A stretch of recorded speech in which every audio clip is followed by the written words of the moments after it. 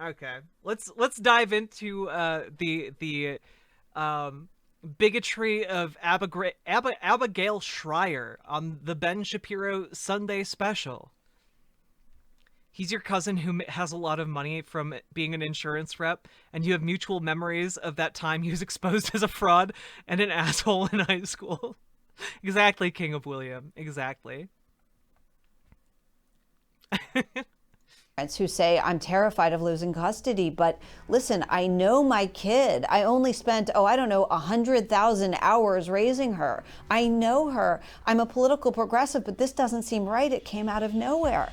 And I'm supposed to trust the judgment of a therapist who spent one 45-minute session with her and claims to know her better than I do? The trend of silencing and cancellation from the left has created a reality where many institutions simply cannot be trusted to be speaking the truth.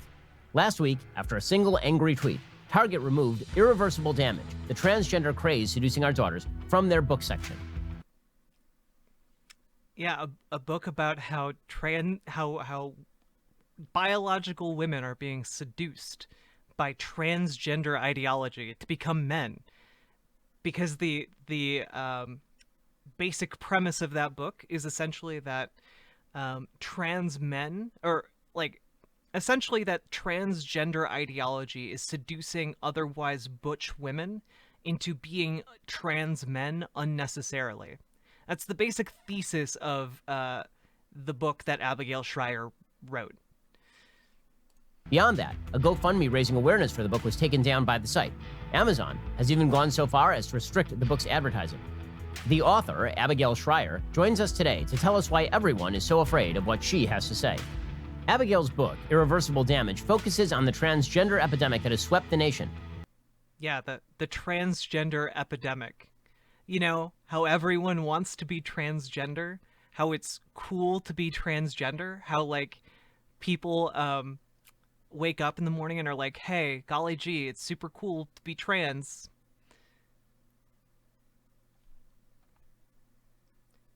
Most people in society, most trans people in society, when they first realize that they might be trans, literally exhaust every other avenue before going the transition route. Most trans people consider suicide a better option than transitioning. So, calling it a craze as if trans men and trans women and non-binary people are doing it just because it's the cool, in thing to do, that's not what's happening. A craze mostly now affecting young women. That wasn't the case a decade ago. In writing it, Also, I like how he calls transgender people or an epidemic. We're not an epidemic. We're people who exist. We exist in society. We're not like spreading like a disease across society. You asshole. Abigail conducted a bevy of interviews with transgender individuals, transition surgeons, I can barely handle the constant bombardment of trans people in media. There must be at least 3 to 7. Oh gosh, Icarus, I'm sure there's going to be a whole lot more to come. social media influencers, therapists, and parents who have had to watch their teens be caught up in this trend. Abigail's writing explores these findings, as well as a 20... Why does this sound like an infomercial? Teens aren't getting caught up in the trends. Teens are just questioning their gender identities, and that's fine. Are you able to call in today, Dr. Socialism? I don't know. Do you have a topic you want to talk about? Yesterday, you kind of jumped around to like 8 different topics. Trans NATO sweeping up the children. Indeed. 2018 paper from Lisa Littman of Brown University, which we will dive into in our episode. Today, we also discuss the harrowing biological consequences associated with self-diagnosed gender dysphoria and the medical, scientific, and educational institutions that encourage it. Plus, the battle to keep Abigail's book available to readers despite attempts to bury it, as well as if conservatives and common-sense liberals can ever find unity to speak out against the transgender censorship. People calling out that they are they don't want to buy this book because it's incredibly offensive is not censorship. It's literally the opposite of censorship. If you have a democratically or if you have a boycott of something and you're explaining on social media, here's why this thing is bad, and a company decides in response to that to take down the product, that's not censorship. And saying it is extremely disingenuous.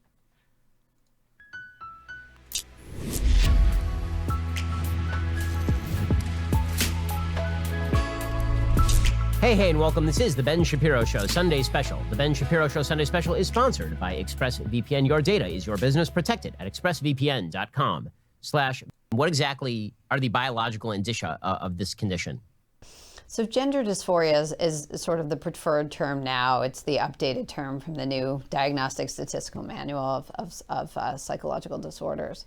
So gender dysphoria, what used to be called gender identity disorder, and it's severe discomfort in one's biological sex.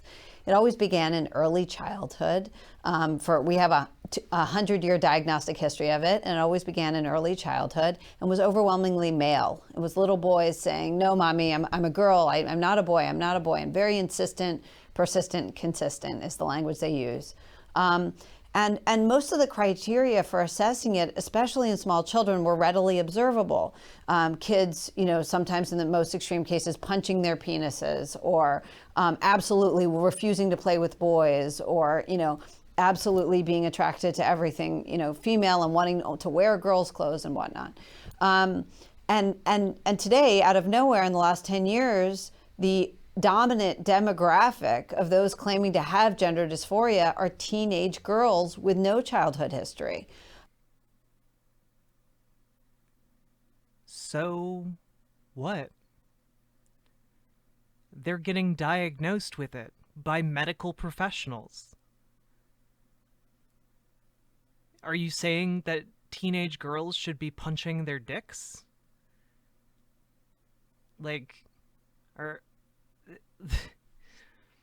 Why would you assume that a transgender woman would act the same as a transgender man in how their dysphoria manifests?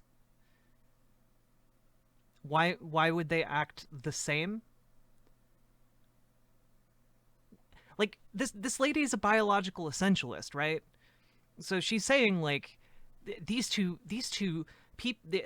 groups of people are biologically distinct from one another, so they act differently. Well, if they act differently, then wouldn't that also pertain to how they act in response to gender dysphoria? So we know this isn't what typical gender dysphoria looks like. We know these girls are not the typical. Why would gender dysphoria look the same for trans men and trans women when the gendered expectations of men and women in society are extremely different? Why would these things look the same? This is wild. Cases of gender dysphoria, and my book just looks at why are we seeing this explosion in a population that never before claimed to have this illness. Or maybe people just didn't listen to transgender men. Or maybe it was easier in some cases to pass as a man for transgender men in the past. Maybe it's more acceptable now to come forward and say, I have gender dysphoria and I would like treatment, please. Good night, the train mod. Let's start from kind of the basic idea of what causes gender dysphoria. Now, you mentioned there is a shift in the language from DSM-4 to DSM-5, gender identity disorder to gender dysphoria. There doesn't seem to be a lot of rationale for that other than just sort of politics. There was no additional evidence presented that said we're no longer going to call it a disorder, even though it appears. Yeah, why don't we continue to call the mentally why do we call people disabled instead of mentally handicapped, or why do we have these older terms? that we have abandoned, like moron. Moron used to be a medical term, but we don't use it as a medical term anymore. Why? Clearly, it was changed for political purposes. Ben Shapiro doesn't seem to understand that language changes over time. It's very complicated for his big brain. Appears in the DSM. We're just going to retitle it dysphoria. I believe they changed the diagnosis itself to suggest that if you believe that you are a member of the opposite sex, that... Okay, yeah. And Comic Girl brings up a really good point. It's well known that women get underdiagnosed with autism, a lot because the studies for such things were geared towards men and not women. So here, I think it would be safe to say there was more concern with boys wanting to be girls. With girls, they just label them tomboy. Exactly. And there's a difference between a tomboy and a trans man. But it was more acceptable for women to experiment and push boundaries than it was for young, trans women to push boundaries like that. A good point, Comic Girl. That is not, in fact, a sign of gender dysphoria. It's only depression or self-harm caused by that belief that is now gender dysphoria, which is a sort of weird description in and of itself. It's not gender, or it's not just like depression and self-harm. It's also like a deep sense of discomfort with your body. What are the biological causes of the condition, and how is this defined? How's the condition actually defined now? So you're right. The change was largely, they found it less stigmatizing to the patient to refer to it as gender dysphoria rather than to put the word disorder in it, in the name. What are the biological causes? That I don't know. I'm not sure anyone knows. There's some research into the... I'm proud of Abigail Schreier. She's being honest here. We don't know what the physical causes of gender dysphoria are. There are some leads when it comes to biological reasons. This is the reason it's in the DSM-V, the DSM-5. It's a mental disorder. It's a mental problem. That's why you need to get treatment for it. Neurological markers of this, although there isn't a lot. And honestly, it's highly contentious. Shumiki Ellen, thank you very much for the raid. I appreciate it very much. I hope you enjoy your time in my community. Many older trans women would be called drag queens and such, while there were multiple causes of trans men living a somewhat solitary life until their death. Yeah, it's there was also like a lot of cases where trans men would keep their trans identity secret for most of their lives. They would just live as men for all of their life, and then it would be discovered upon their death that they were trans men. This was something that happened quite often. Ellen, I don't mind. Thank you very much. Area even to look into, but I really don't know the causes. Yeah, well, one of the things that has become so sort of fraught about all of this is that the definition of transgenderism itself seems to have changed fairly radically from a diagnosable, observable disorder to, if anybody suggests that they are a member of the opposite sex, then this is in and of itself evidence that they are actually members of the opposite sex. How do we distinguish between it? I know this is getting very political very quickly, but how do we distinguish between sort of the claim that gender dysphoria requires treatment and the claim that gender dysphoria ought to be treated with an entire society saying that you are a member of the sex to which you claim you are actually a member? Meaning that if you're a man who says you're a woman, the entire society should now call you by female pronouns and say that you are a woman. How did that become sort of the default mainstream media-driven and academic setting-driven treatment for gender dysphoria? Because the scientific evidence indicates that when you treat trans people as their desired gender, you drastically reduce their suicidality.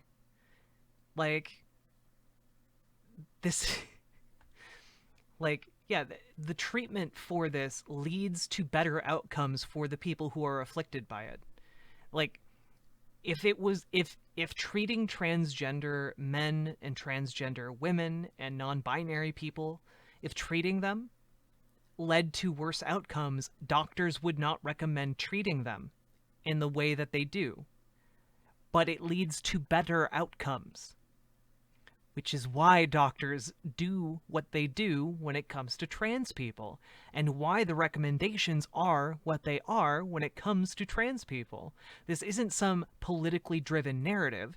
It is driven by the physical needs of transgender people.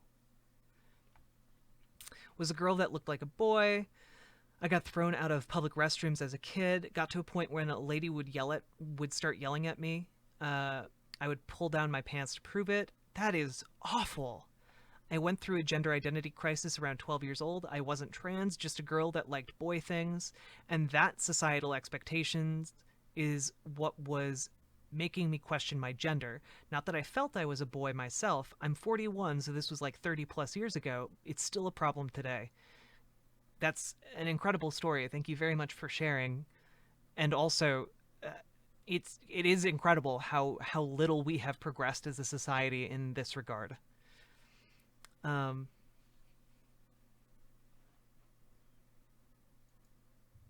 of the key parts in all this is affirmative care, which may be the most sort of horrifying medical scandal of our time. And that is that every medical accrediting organization told doctors that these standard only with regard to gender dysphoria. Also, speaking as one of those tomboys who used to say I want to be a boy but is a cis woman, this is because gender roles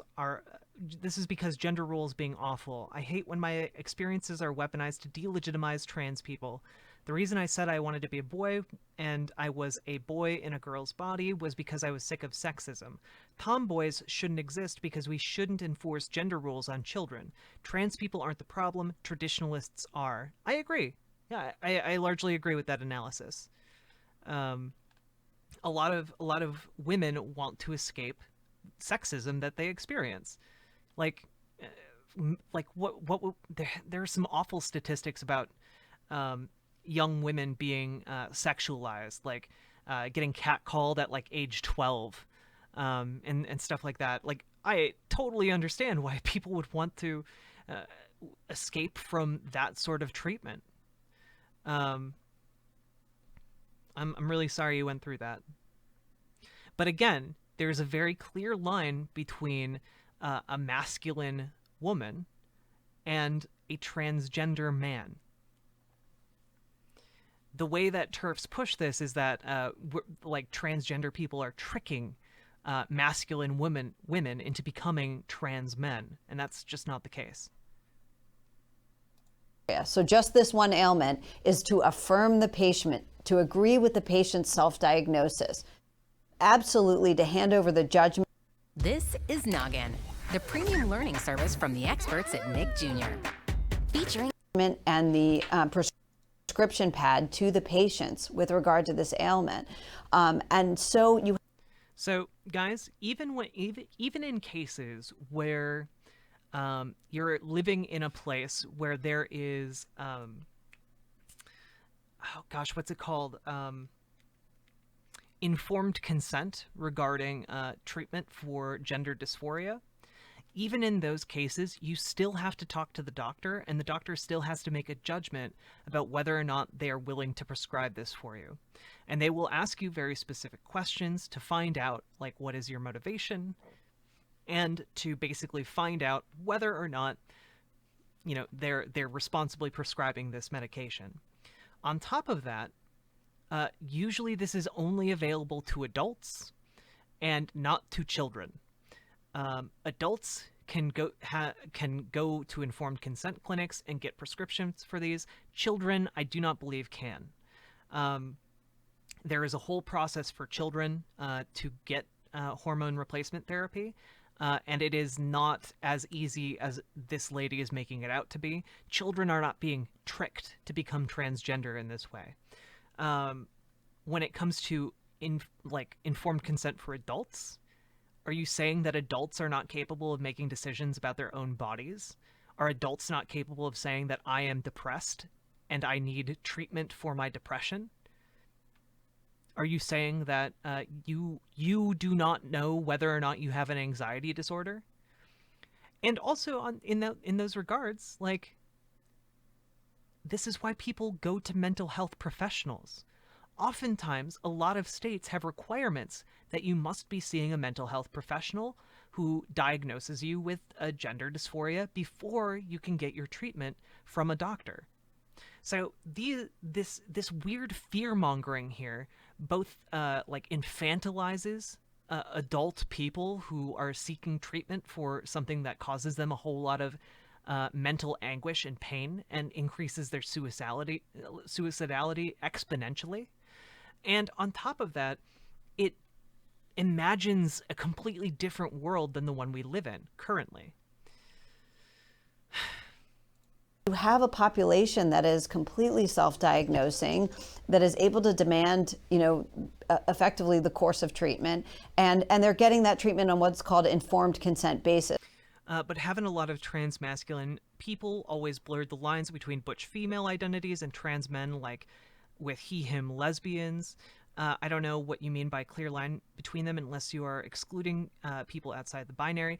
Well, what I mean is, like, there is a clear line between a cisgender woman who happens to be butch or a tomboy, and there is a clear line between that and someone who is seeking treatment for gender dysphoria, who is seeking hormone replacement therapy.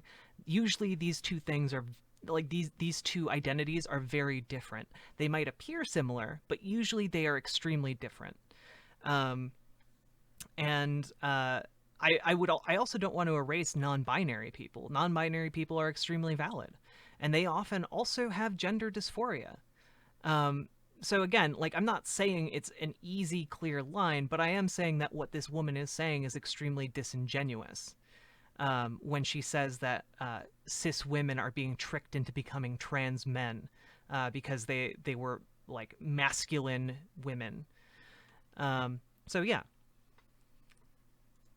Meaning you walk into a gender clinic and you sign a waiver and you walk out that day with a course of testosterone. Also, Comet Girl is exactly right. We are often self-diagnosed because of a lack of access to quality health care. A lot of trans people tend to be extremely poor. We tend to be not in great financial situations because we tend to lose the support of our friends and family as we come out or transition. And so, yeah, getting access to quality healthcare becomes a big problem as you go through these steps, depending on your situation. And of course, even young girls are doing this, even minors. I mean, that's obviously very scary stuff. Well, what is the rate? Even minors are doing this. Again, a very disingenuous way of framing this, because minors have a very different process to go through to get hormone replacement therapy. Of desistance among young people who seem to be exhibiting signs of gender dysphoria. I know that this has also been somewhat controversial, trying to determine how many kids who say that they are members of the opposite sex just stop doing that over the course of their childhood and adolescence. So historically, the rate of desistance was extremely high. Among kids who had childhood gender dysphoria, the rate of desistance was over 70%. Some studies showed over 80% of kids would naturally outgrow this. We're not going to see that today because right now everybody is immediately telling, as I said, the standard is affirmative care. So psychologists are told to affirm the child. Pediatricians are told to affirm the child. Everyone's agreeing with the child. No. What happens is basically a series of different steps that take place over the course of years. So essentially, here's the process for transgender children. You go, your child comes to you and goes, "Hello, I am your child and I am transgender," and your parents go, "Okay, we love you and accept you for who you are. Let's figure this out together." The next step is usually taking the kid to a specially trained like psychologist or um, yeah, like a psychologist, and basically, the psychologist will then spend some time with the kid, whether that's a year or more, talking with them, getting to know them, and figuring out whether or not they are actually undergoing gender dysphoria. At that point, they'll go, yes, this kid has gender dysphoria. I'm giving that stamp of approval. Then they'll go to the doctor, and when they go to the doctor will say, "Hello, I am a doctor, and here are some puberty blockers." Now, puberty blockers essentially prevent puberty from happening while the kid has more time to figure out their gender identity. This can buy someone like 2 to 3 years during their adolescence, during which they continue to grow. They just do not have puberty. This saves someone, regardless of what decision they make, from having to go through 2 puberties. So it's beneficial for the child to basically delay puberty. And these are drugs that have been used for various other conditions. They are safe, they are effective, and they have no negative, long-lasting effects on children or as they move on into adulthood. So basically, these puberty blockers prevent puberty from happening, and around 16 or 17, the child then goes, okay, I would still like to consider transitioning. I would still like to transition. So then they get full-on HRT, and at that point they begin to transition by just going through one puberty. They're essentially almost indistinguishable from a cisgender person. So when people fearmonger about transgender kids, it is a smokescreen for bigotry, because the systems that are set up are specifically geared to making sure that the kids really do want to transition. It is not a bunch of people saying that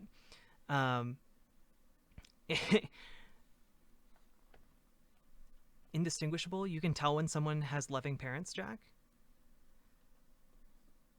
I'm not sure what you're getting at there. Did I say something wrong? But essentially, it is fear-mongering about a situation that doesn't exist, as if kids who think they're trans just go in and get hormone treatment right away and instantly begin transitioning at the age of 10. This doesn't happen.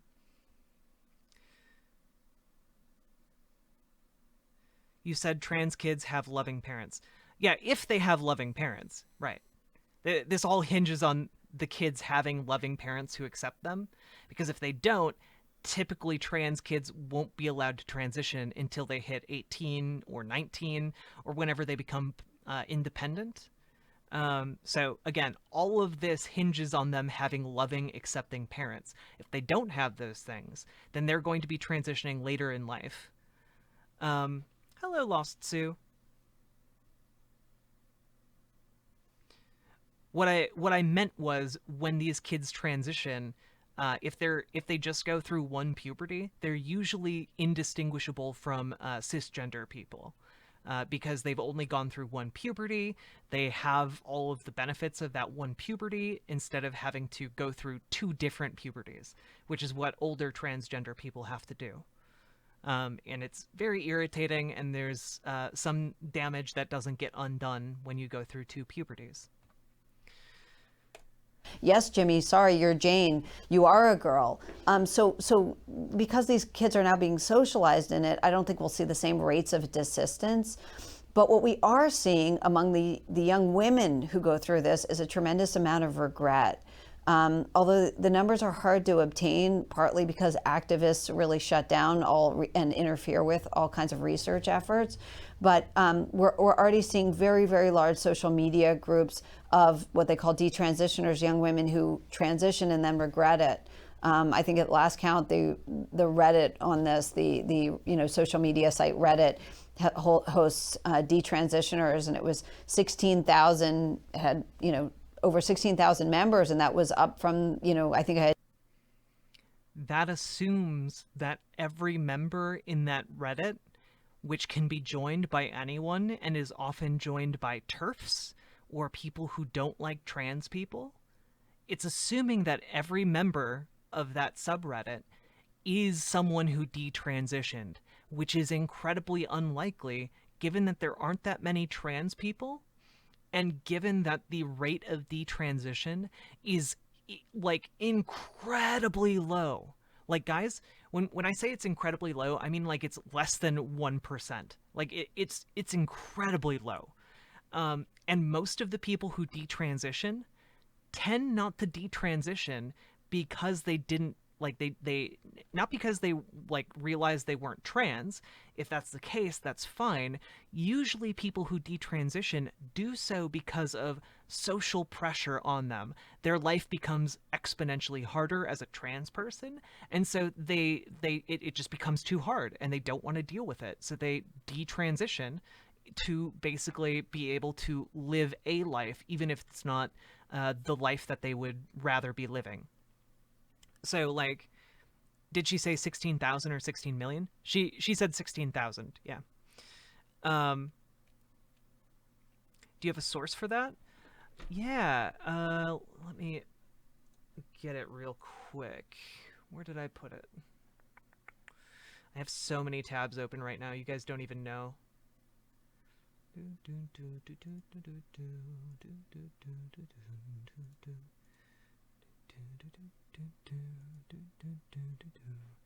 Here we go.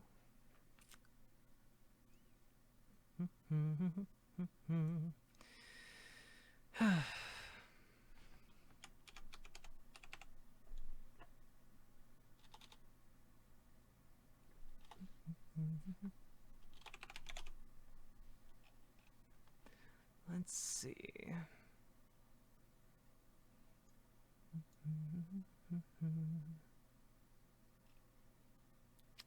Where is it? I have it down here somewhere.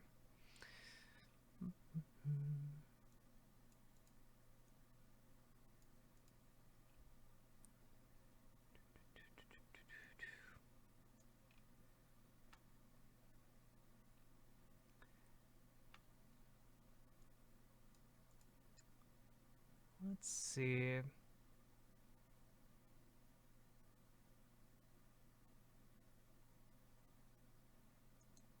Okay.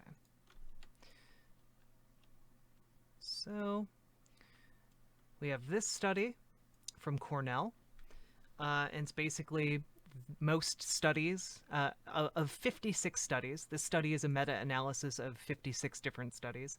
52% of them showed positive benefits for transition, while the remaining 4 indicated mixed results or no results. None of the studies in this meta-analysis indicated negative aspects to transitioning. Let's see.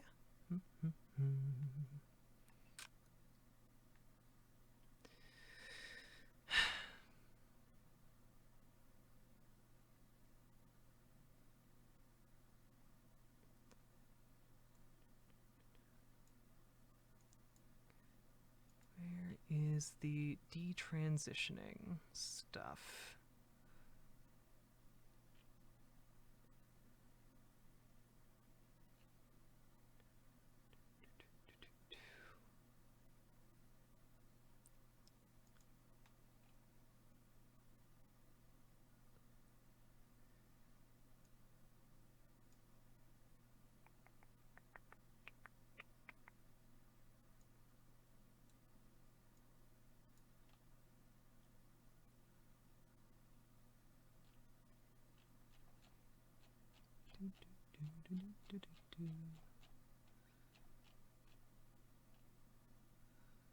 Let's see.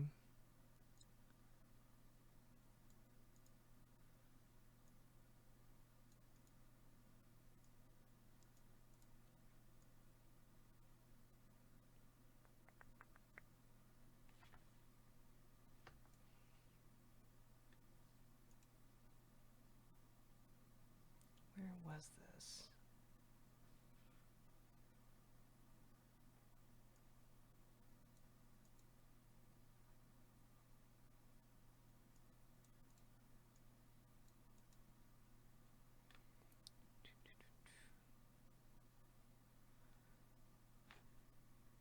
I'm going to put on music so it's not just me silently sitting here.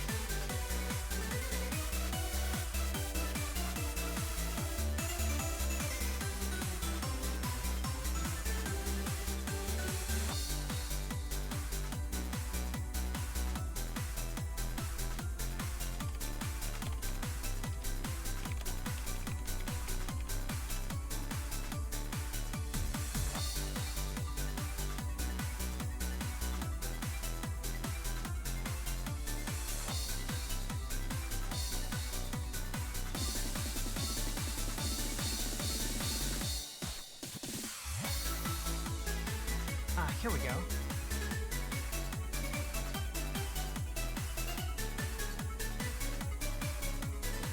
Here's what I was looking for. So, essentially, this study is a survey of various surgeon experiences, and specifically when it comes to gender transition.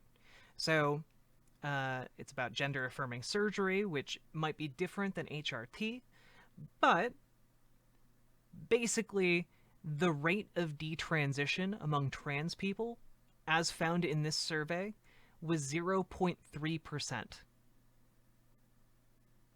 So, if we're going to be utilitarian about this, would you rather benefit 99.7% of people who say that they're trans, or are you so committed to protecting cis people that you would rather dump 99.7% of trans people in the bin to protect 0.3% of people who might actually be cisgender instead? I know how the math works out in my head. You all can come to your own conclusions, but yeah. And of course, I will post links to these studies so you can look at them yourselves. There you go. And where's that other study? Here we go. This study, by the way, basically should be considered a nail in the coffin of like everything these people are saying, right? Like, no studies in this overview of most of the literature as of 2017 showed negative results of transitioning. So the science is on the side of transgender people. You're welcome, Witch Fists. And remember, I usually clip all of my shows. I clip out different segments that we do, and I try my best to cite everything that I use in my segments. So if you are ever curious about where I'm getting my data from and you've missed like the live show, I usually put my data in the description so you all can look at it yourselves. What's my occupation? I am a freelance writer and editor, and hopefully I can get enough people following me and giving me money for this to become a full-time streamer. That'd be great. But Jack, you're operating under the assumption trans people are actually human beings, not the philosophy of Ben Shapiro. I know. Ben Shapiro is very concerned about transgender people. I can tell. Look at how serious he is. I had checked it 6 months before, and it was around 6,000 members. So you see this population burgeoning of people who have. Again, I need to reiterate here. Thick pork chops are better than the thin ones. I agree. Sauron the Deceiver. But again, her data is essentially a subreddit got bigger without any actual data as to the general makeup of said subreddit. Have gone through medicalization and regret it. So let's talk for a second about what exactly happened here. So you mentioned up top that there's been this massive shift in sort of the crowd that is undergoing gender transition or suffering from gender dysphoria or claiming to do so. There's this huge shift from boys to girls. What's going on there? Why did that happen? Well, teenage girls fall for every hysteria. I mean, it's the population most susceptible to social contagion. Hey guys, do you want another study that we can criticize? This one's a bad study, okay? And we'll see if this comes up, okay? We'll see if this specific study comes up.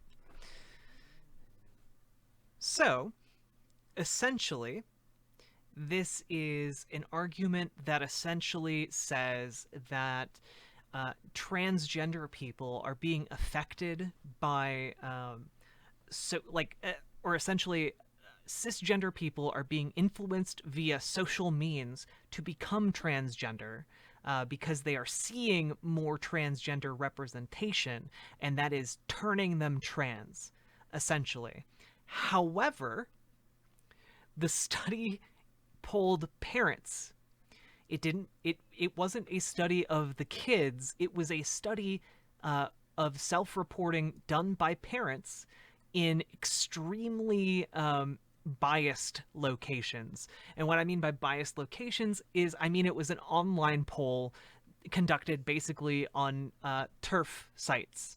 So sites that already do not think that transgender people are valid.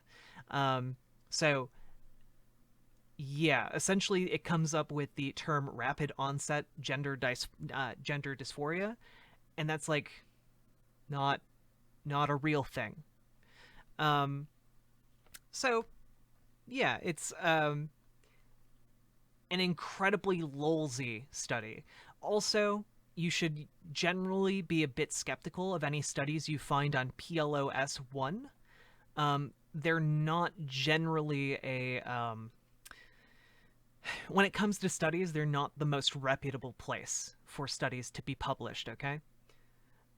They have like monetary incentives. It gets complicated, but generally this is a red flag. Quasi Shuffle Kitty, if you would like to post a link, please whisper it to one of my mods. They will be able to post it for you. Just a second. I'm seeing some messages on Twitch. Oh, thank you, Ashley.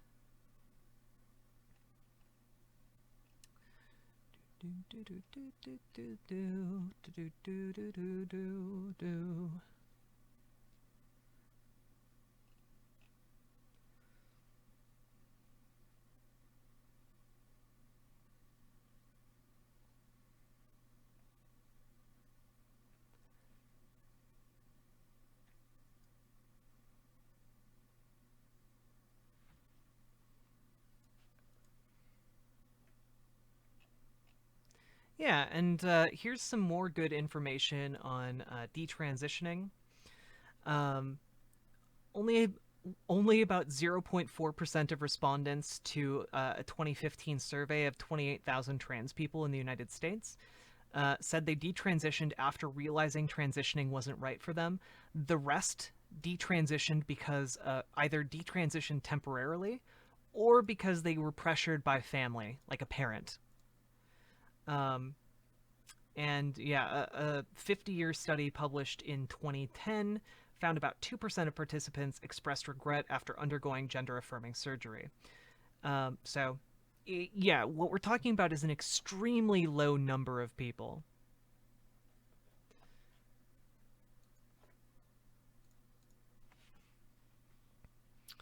Let's see, do you have your own blog? I write for a variety of different people. You can check out my work over on penslingers.org if you'd like. Ba, ba, da, ba, ba, ba.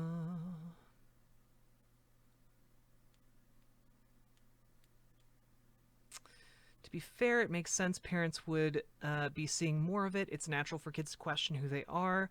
As it pertains to gender roles they've been given, giving a name to it and support of sexual reassignment for transgender people would give them a focal point to channel that curiosity, and should be something they get answers about. I agree.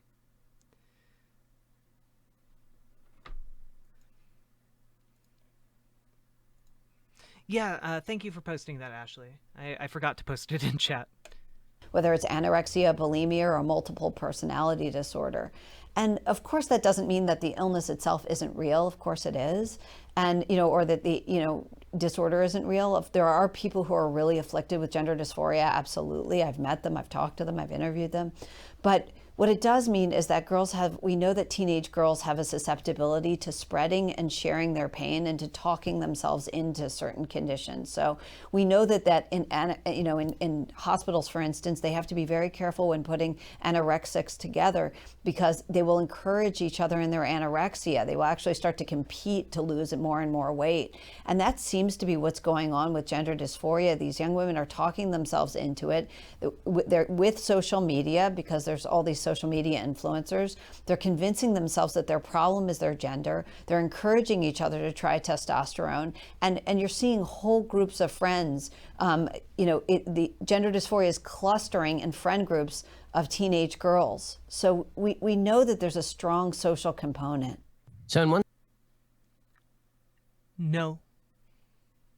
second, I want to get to the fact that if you mention this sort of thing, then obviously you end up on the wrong side of the social censors, which is, of course, what has happened to your book. Yeah, just girls going behind the bleachers, transitioning to become women, to become men. Just a bunch of, it's the hip new thing to do. Becoming men. Are they 90s drug scaring HRT? Basically, Archangel Macabre. Basically. Yeah, I mean, again, citation needed on all of this. And, no citation given aside from the book that you have to buy. Book, but actually started, as far as I am aware, at Brown University with a particular study. I want to get to that in just 1 second. First, let's talk about your sleep quality. So, as a father of 3 kids under the age of 7, it is rare I get all this phenomenon that you're talking about. Groups of young girls who are sort of they were all experiencing discomfort in various ways and for various different reasons. And one girl would then suggest, well, I'm also King William. Thank you very much for the subscription. I appreciate it immensely. Actually transgender. And then many of the girls would suddenly decide that they were transgender as well. And this was put out by a scholar at Brown University. And Brown immediately walked back the study and then apologized for ever having put out the study in the first place. What's been your experience with censorship? Okay, let's look this up, I guess. Brown University apologizes for transgender study.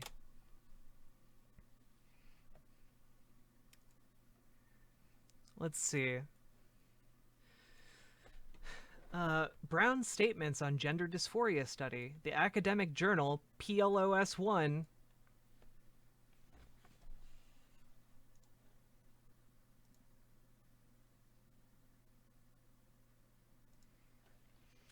On March 19th, published a revised version of a study on rapid onset gender dysphoria. Weird. It's the study that I just mentioned is based on awful data. Weird. Information on the revised version and a series of previous statements from Brown community are detailed here.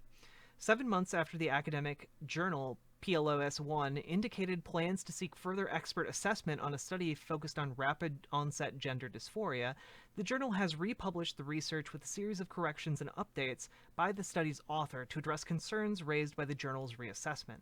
The revised study by Lisa Littman, assistant professor of the practice of behavioral and social sciences at Brown University, is now titled Parent Reports of Adolescents and Young Adults Perceived to Show Signs of Rapid Onset Gender Dysphoria. It includes revisions and updates to multiple sections of the study, including the title, abstract, introduction, materials and methods, discussion, and conclusion sections. Basically, the entire fucking thing. PLOS1 published the revised study on Tuesday, March 19th. In addition to the updated study, the journal included a correction, notice of republication, and a separate formal comment from researcher Angelo Barnadelli Costa, associate professor of social psychology at Pontifical Catholic University of Rio Grande do Sul, Brazil. The notice of republication from PLOS1 states, after publication of this article, questions were raised that prompted the journal to conduct a post-publication reassessment involving senior members of the journal's editorial team, 2 academic editors, a statistics reviewer, and an external expert reviewer. The post-publication review identified issues that needed to be addressed to ensure the article meets PLOS1 publication's criteria. Given the nature of the issues in the case, the PLOS1 editors decided to republish the article, replacing the original version of record with the revised version.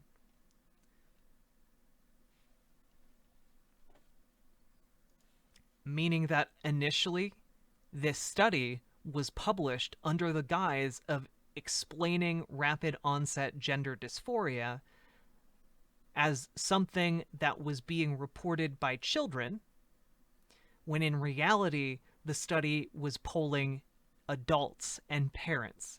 It was not studying kids.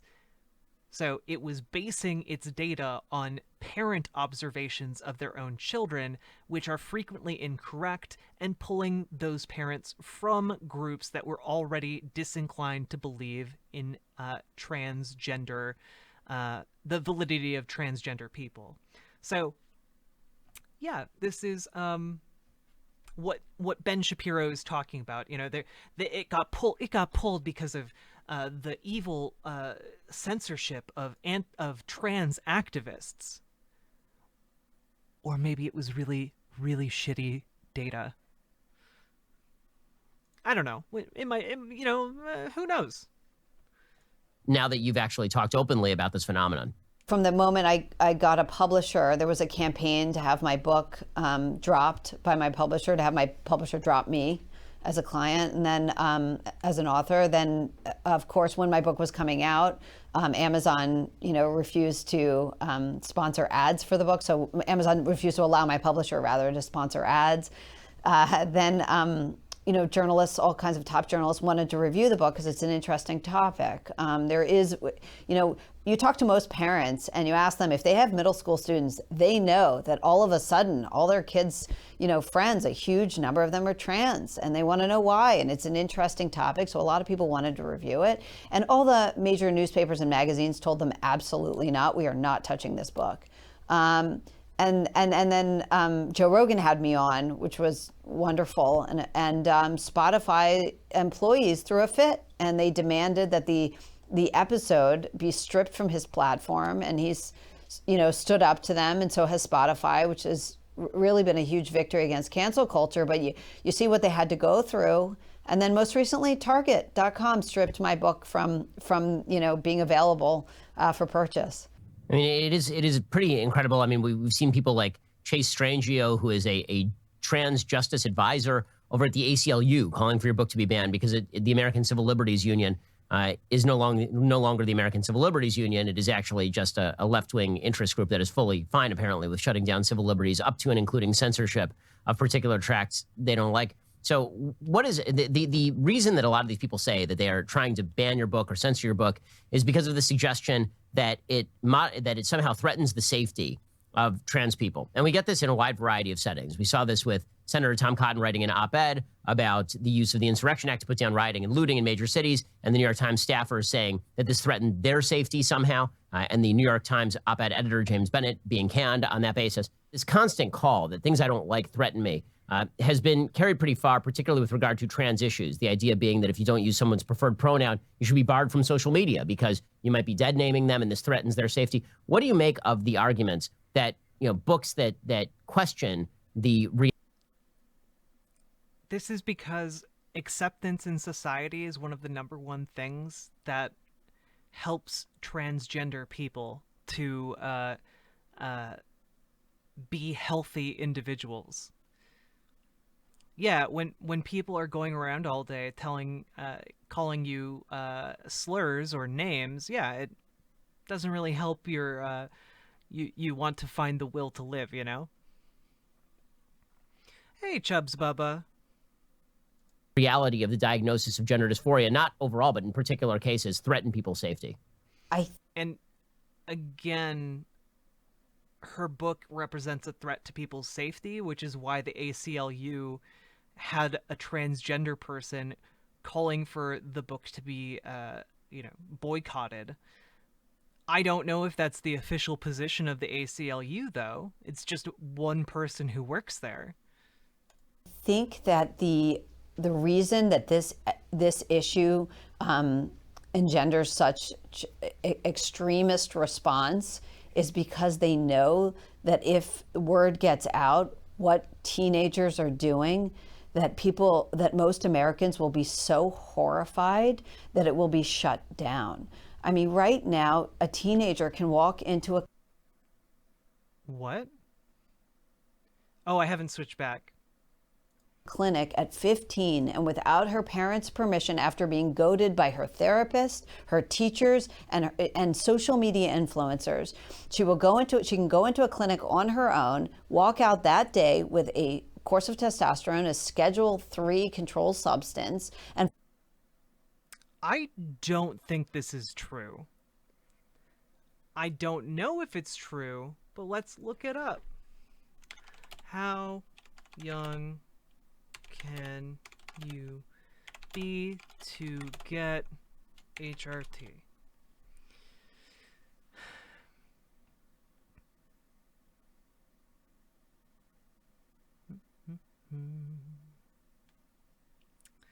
Let's see.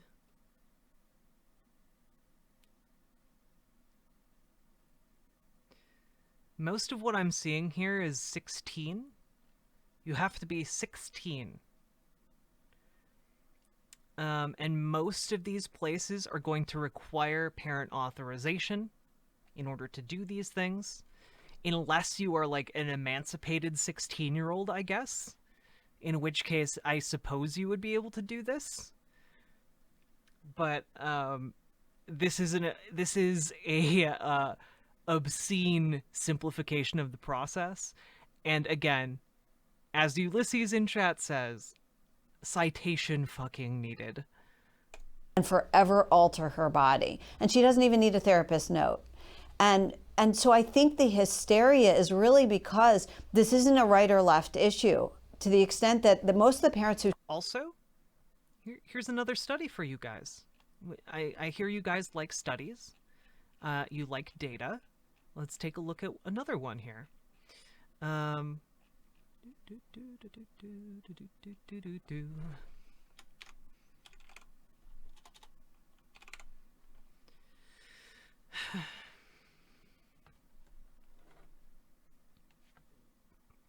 excuse me.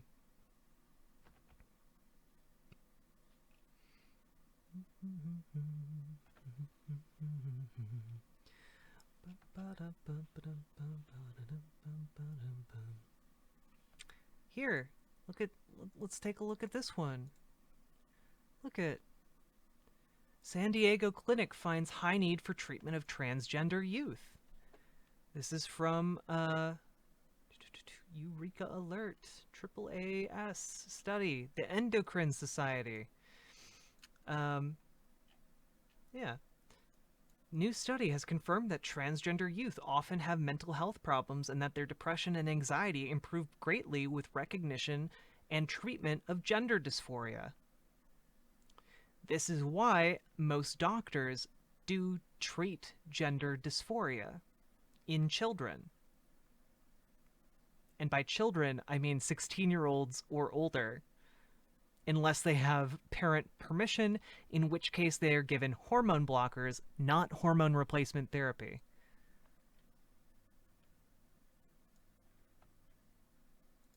Call me or politically progressive, but universally Americans are. Hey, Tumble Dryer Maya, thank you for the raid. How are you doing? Welcome, raiders. We're just going through this extremely long video of transphobic content with Ben Shabibo.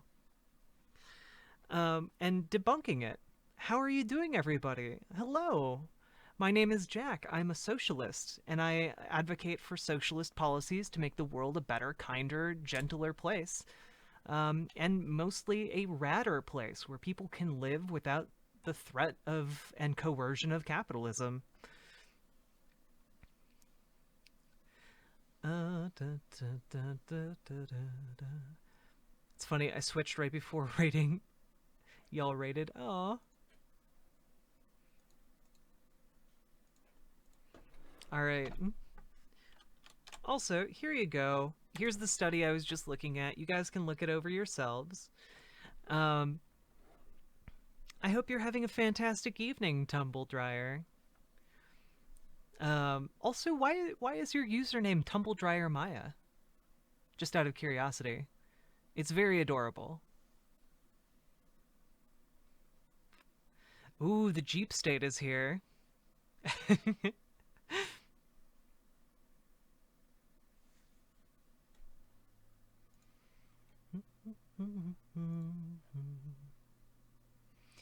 I once called Trump a lefty when it comes to news about the diaper Dawn, and they literally follow or flexed on me.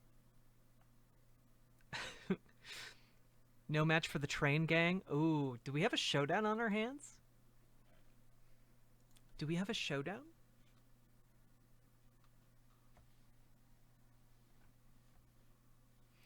Left flank didn't even raid. I'm sure they raided someone, but Ulysses, I hope you had a good time over with Left Flank. Ooh, New Baldur's Gate is pretty great. This is a train. No, it's not a train channel. Don't lie to people. This is a socialist channel. The people in my chat are just very obsessed with trains at the moment. Jeeps will not replace us. Train gang? Horrified as soon as they learn about what's going on. It seems like there's obviously an attempt not just to shut down you, but also even parents who are asking questions about their own kids' activities. Parents are... I posted it, William of Orange. It's in chat. Being shamed by social media. Their own kids are saying that you're a bad parent if you refuse to allow me to go get a testosterone treatment. It is Ben Shapiro's parents who real say voice. that we ought to engage in watchful waiting are labeled transphobes. If you have a 2-year-old and your 2-year-old goes to Well, William of Orange, find the study that it's talking about, please. school, I foresee a future here where there are going to be child protective services calls being made if your kid goes to school, says they're a member of the opposite gender, and then you say at home, no, you're not, and the kid goes to school and tells a teacher. I think Child Protective Services shows up sometime in the next 5 years, given the way the trends are moving. That's already happening. And in fact, this is probably the most egregious example of gaslighting today, is what's happening to these parents. So they will have it's not, this is such a horror to parents because they're being lied to and backstabbed by everyone. So the teachers will lie to their faces about what's going on at school. They'll let the child rename himself and let him use the opposite sex bathrooms, never telling. Why would teachers need to tell parents this? The teacher that they've officially changed him or her with regard, within the school. The therapists lie to the parents. The social workers interfere. I'm not sure that all of these people lie to parents. I feel like this is a claim where you need to cite your sources, lady. Doctors will supply medicine without the parents' permission. I mean, these parents are are so attacked, and as you said, their friends consider them transphobes and whatever. I mean, the sanctity and autonomy and integrity of the family is so under assault on this issue. And I have had calls from parents who say, I'm terrified of losing custody, but listen, I know my kid. I only spent, 100,000 hours raising her. I know her. I'm a political progressive, but this doesn't seem right. It came out of nowhere. And yeah, I know her. I know what's going on in her head. This is why she couldn't possibly be a trans man. And I'm supposed to trust the judgment of a therapist who spent one 45-minute session with her and claims to know her better than I do. It's really horrifying what's going on.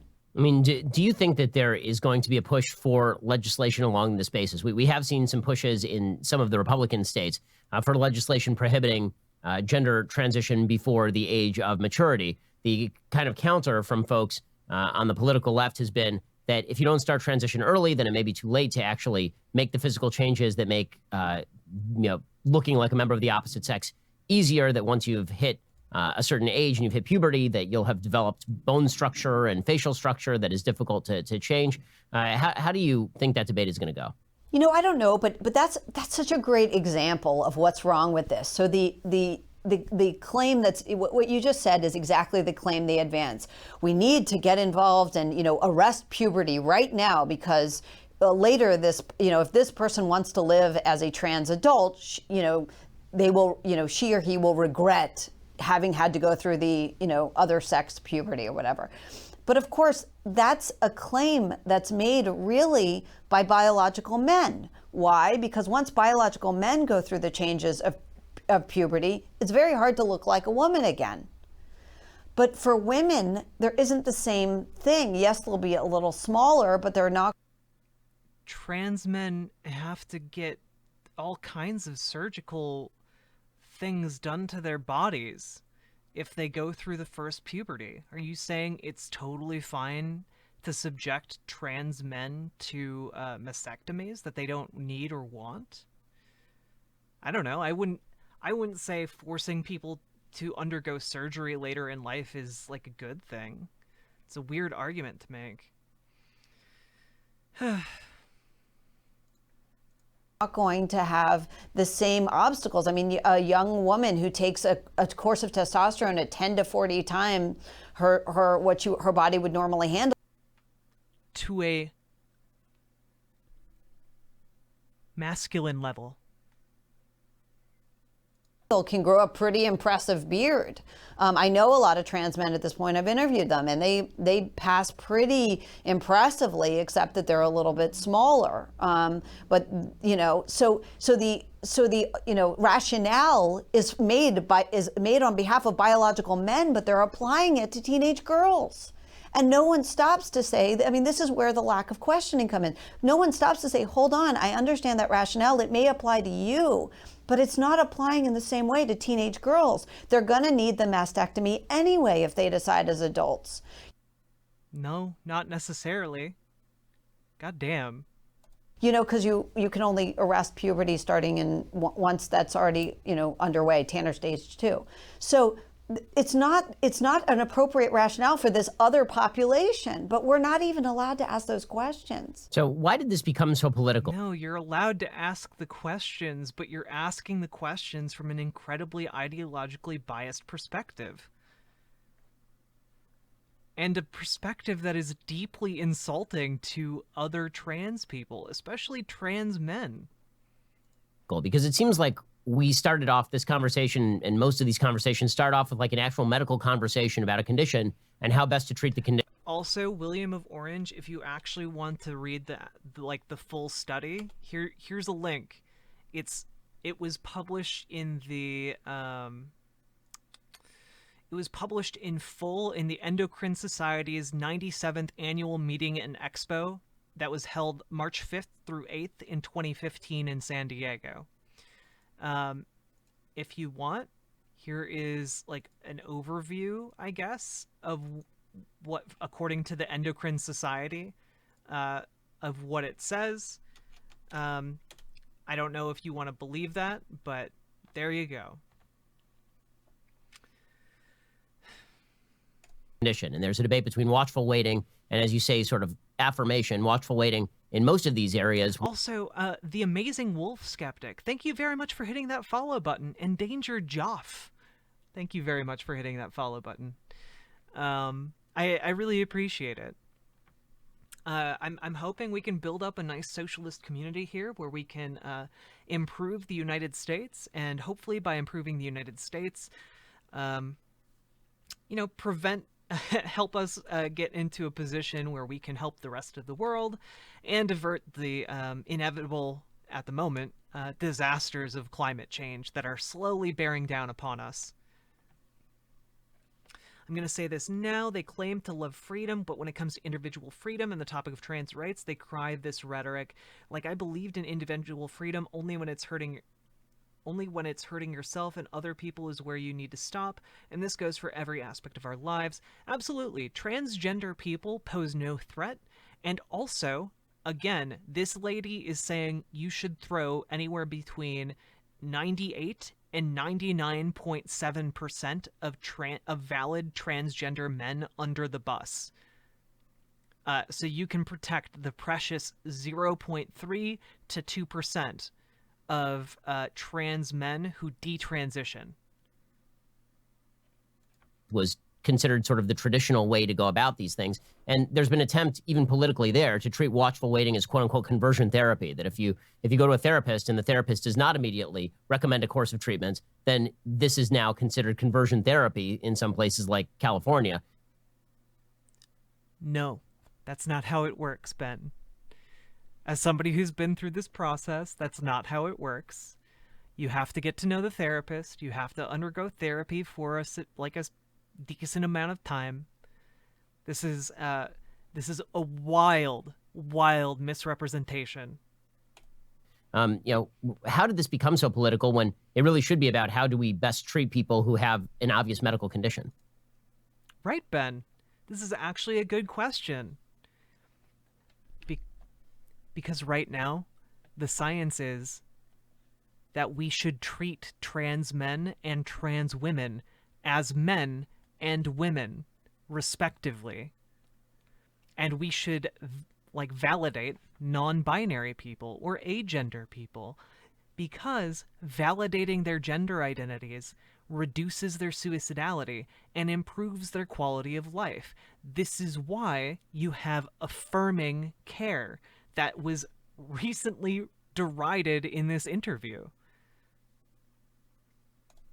That's right. I think it happened in a series of lies that we allowed to that we were too polite to contradict. Like, we started with, this is Again, who is we, right? Who is we allowed to contradict? Because the medical establishment is firmly on the side of transgender people and treating transgender people and allowing them to transition. So who is we in this scenario? Civil rights issue to allow them to have that medication. Well, giving someone access to a medication that could harm them isn't really a civil rights issue when it means suspending all medical judgment. Hold on. I mean, we should still subject to. If you need to have a heart surgery and there is an 80% chance of success but a 20% chance of failure, is it irresponsible to give that person a heart transplant or the necessary heart surgery that they need in order to live? If the answer is, of course that's responsible, that if they want it, if they are consenting to the surgery, then it is the ethical thing to do to provide them with the best chance at a good quality of life. Then why are we holding transition to a different medical standard, Abigail Schreier, when the question is not 20% of 20% resulting in death, but 0.3% resulting in detransitioning, which is still an option after you transition. So Why do we have this different standard? And why are you fear-mongering like this? Because it's a veil for bigotry. To the same scrutiny, because we don't want transgender people to come to great harm. I mean, a lot of this medicals is enormously dangerous. We don't know the long-term, side effects and implications of giving a woman 10 to 40 times her normal testosterone levels for decades. And that's what you would have to do if she becomes a lifetime patient. Does she really work for PragerU now? Because that is just like perfection. Absolute. It figures. Yeah, exactly. So we allow these, little lies to be told. It's okay. Is she tearing up? Her eyes look really red. Okay, she really is a man. She is a man. Let's change her birth certificates. And then we ended up in a place where we could no longer object. And that is, I think a lot of the mission here is this idea that, I've said publicly, obviously, that when I'm discussing somebody who is trans, I use their biological pronouns. I say a man who believes he is a woman, if we're talking about a trans woman, or I say a trans woman, but I won't say. Ben, you could just say trans woman. That would be fine, and that would be the non-offensive way to go. That somebody is a woman when they are not, in fact, a biological woman. Now, if I'm in the middle of a conversation, this is literally the difference between cisgender and transgender, Ben.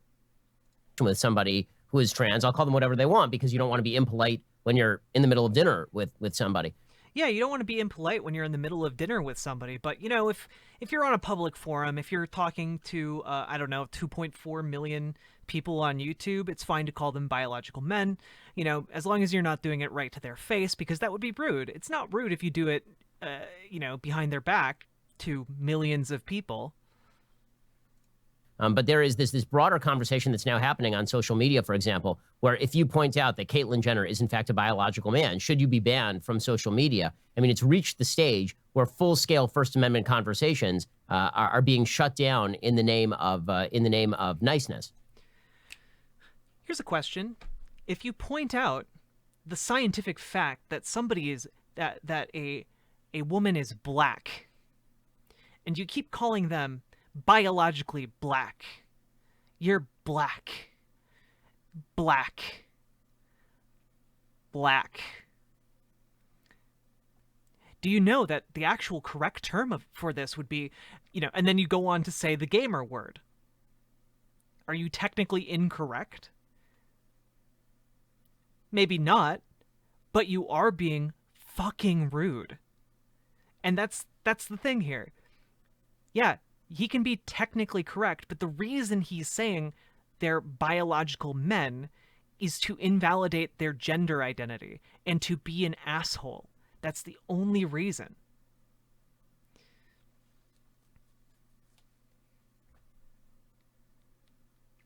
They're intentionally offering false information. Oh, I don't necessarily believe that Abigail Schreier I think that Abigail Schreier genuinely believes everything she's saying. I think that Ben Shapiro is disingenuous as hell. But that being said, I think that Abigail Schreier probably genuinely believes that what she's doing is trying to help women in her mind. But the side effect of that is that she's focusing on helping 0.3% of cis women at the expense of 99.7% of trans men. So I feel like this is a complete reversal of how medical professionals should be tackling this issue, right? This is the doctor, one of the doctors on House saying, you can't treat that patient. There's a 0.3% chance that they might die. And that's an absolutely silly argument to make when you're talking about medicine.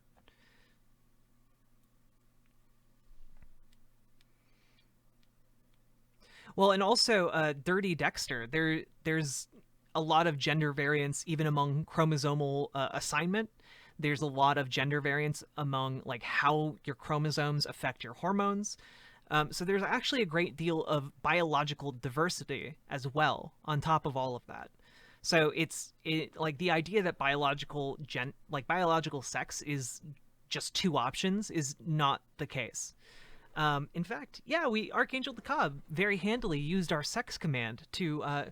If you're interested, Dirty Dexter, the video Nightbot just posted is a really excellent primer on how, even on a biological, from a biological perspective, sex is way more complicated than most people think, and it's way more than just two, even in humans.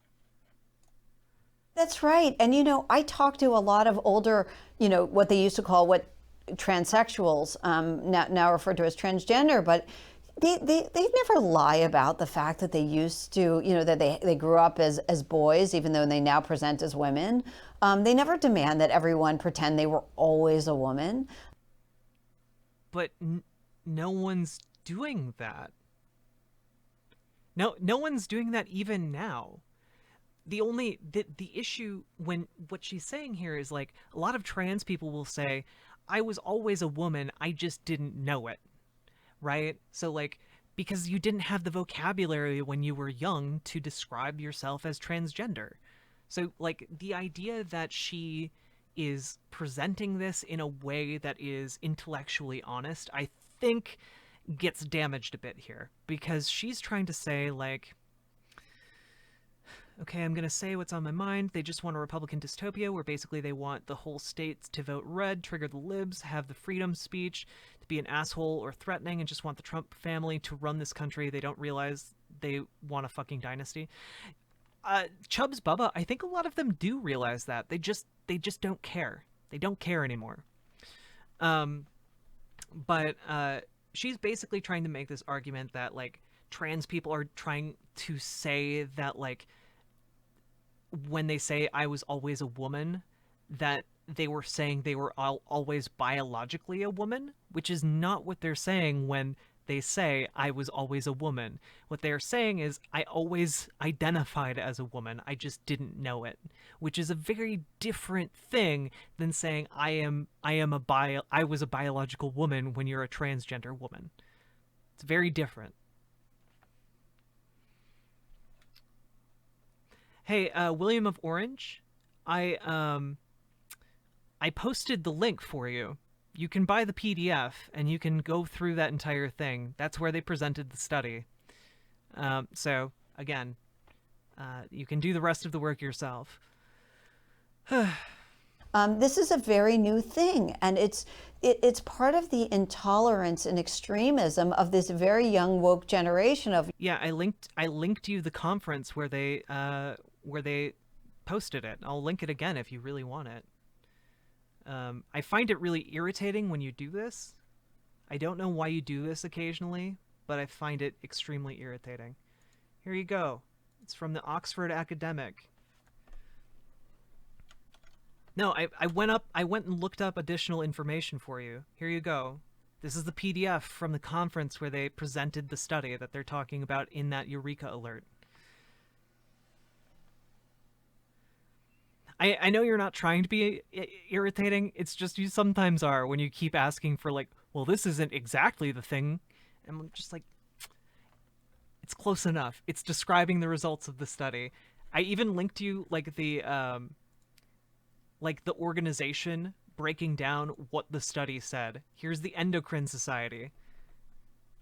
Yeah. But I then linked you two additional things, William of Orange. So here's the Endocrine Society, the society that did the study, describing what the results of the study was. If you want to find the full PDF of where they present the study, it's in that first link that I just sent from academic.oup.com. So there you go. Young, the millennials and the Gen Z who are so coercive, who are so intolerant, who are so illiberal, and who demand you recite after them.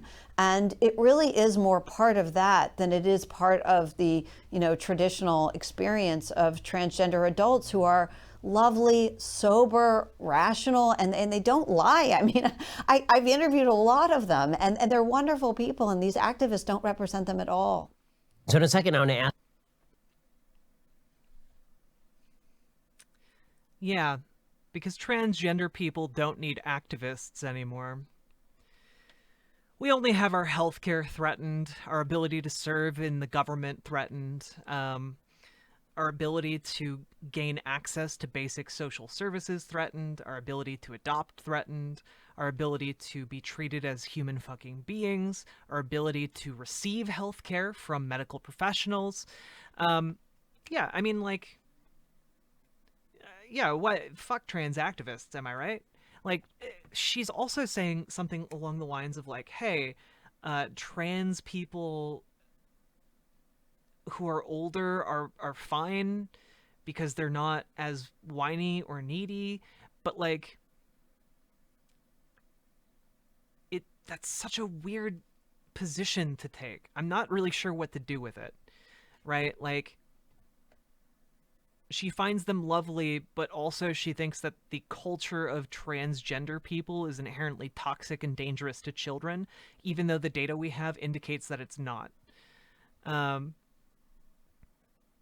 Ask you about the gender ideology that seems to have infused this entire political conversation, because this obviously ties into broader themes about gender that are pushed by one side of the particular political aisle. We'll get to that in just 1 second. But first, let's talk about the fact the holidays are coming up, and you're going to be spending people a lot of point of the population. Now, of course, it seems like it is rising rather rapidly. You now have a huge number of young people identifying as gender fluid, which is not a biological term. There's no such biological thing as gender fluid.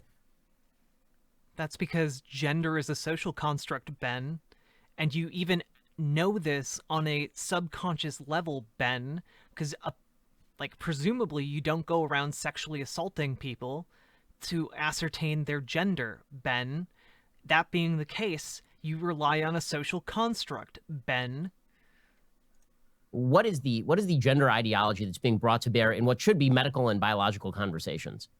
I'll tell you about a call I got from a young woman in medical school about a year ago now, who was really alarmed because they were being told, the med students at her medical school were being told to effectively pretend that, you know, let's say a woman was a man. Okay, if she presented as such. And the problem with that, of course, is how to take care of her. I mean, we know that, for instance, pregnancies have been missed when doctors didn't realize that they needed to check for that because they really thought that the forms were accurate.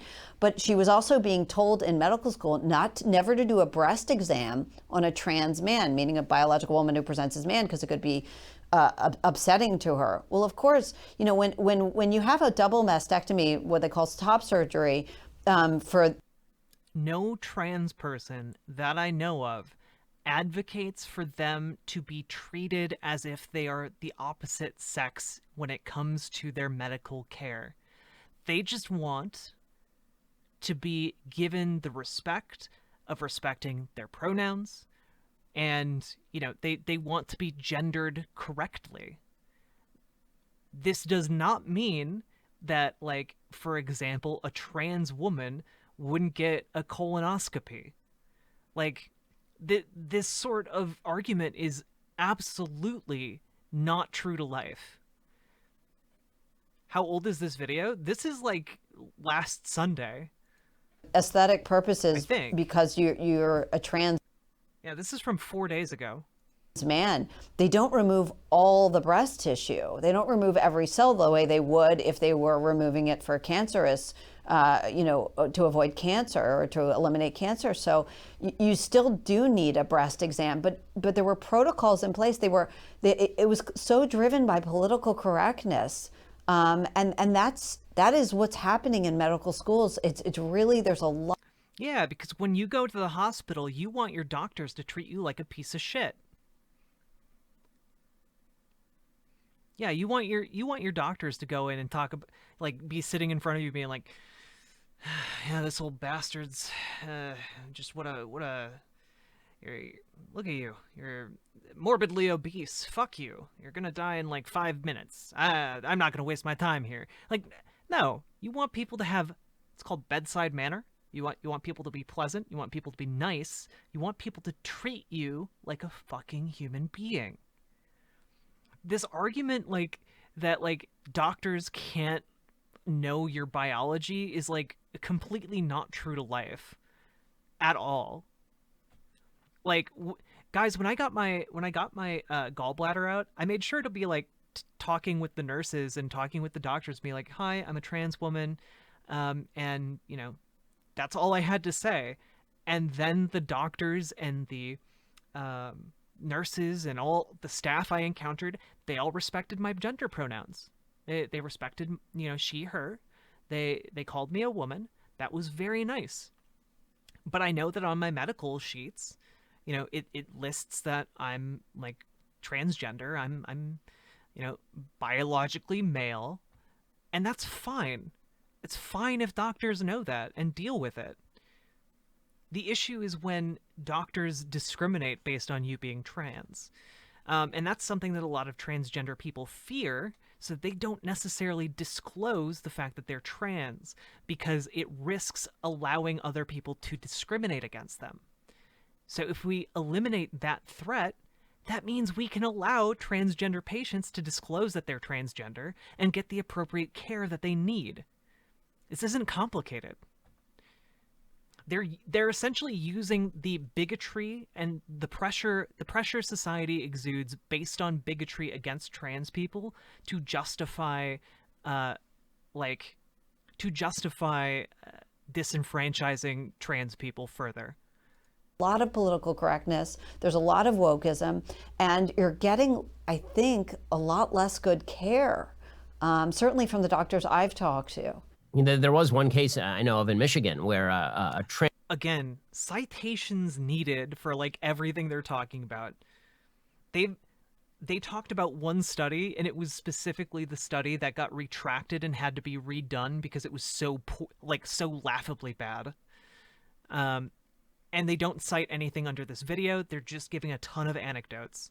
A trans man presented as a man to the medical attendings, and complained of stomach pain. And it turns out that the trans man was, in fact, a woman and was heavily pregnant and delivered birth to a stillborn baby because the people were not aware that this person was actually a biological female until after they had done all of the examinations. And this stuff does have real ramifications. So what exactly, in your research, is the correlation between, for example, gender and biological sex? I know this is, again, a more broadly fraught topic. But there is this. He's really trying to get her to say that there is no such thing as gender as a social construct. Theory out there that gender is actually Ulysses. I think I remember reading about this story happening. But again, it's one of those things where like a lot of trans people conceal the fact that they're trans from medical professionals because there's a risk that they might not be treated. So, like, if you go into the doctor thinking you have stomach pain and you don't know that you're pregnant, yeah, it could very well be that you conceal this, not because you're trying to pretend you're biologically male, but because you're trying to get good medical care. Is completely disconnected from sex. It's a social construct, but then also that it is deeply important and your gender orientation is biologically inborn and unchangeable. So on the one hand, gender is completely made up by society. On the other hand, you can be a boy in a girl's body. Is there any logic to this, or is it basically just catch as catch can? There really isn't. And Deborah So does a wonderful job of explaining this. She's a sex researcher in her book, The End of Gender. Let's look up that book, shall we? Sorry, what was the book called? Is a biological basis to gender. There really isn't. And Deborah So does a wonderful job of explaining this. She's a sex researcher in her book, The End of Gender. The End of Gender.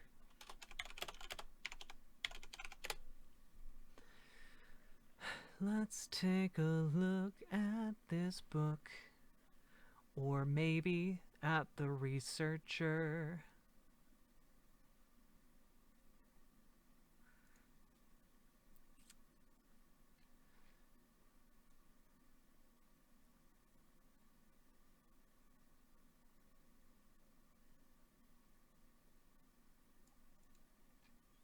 Here, okay, we'll look at that. I'm gonna look up the author Deborah So. Deborah So.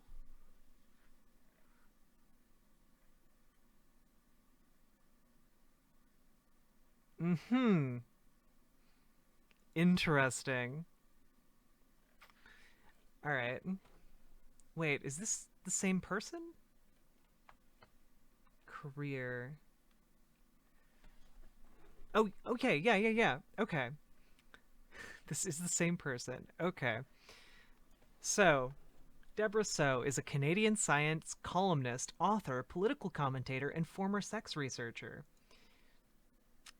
Let's take a look here. Um, she has written articles for Quillette, The Globe and Mail, New York Magazine, Playboy, Los Angeles Times, and The Wall Street Journal. All right, interesting. She's a former feminist who later became disillusioned with the term.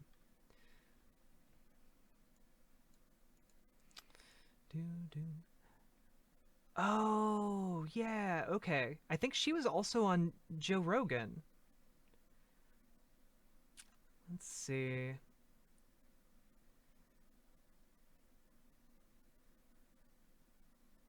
Where else is this? Let's see.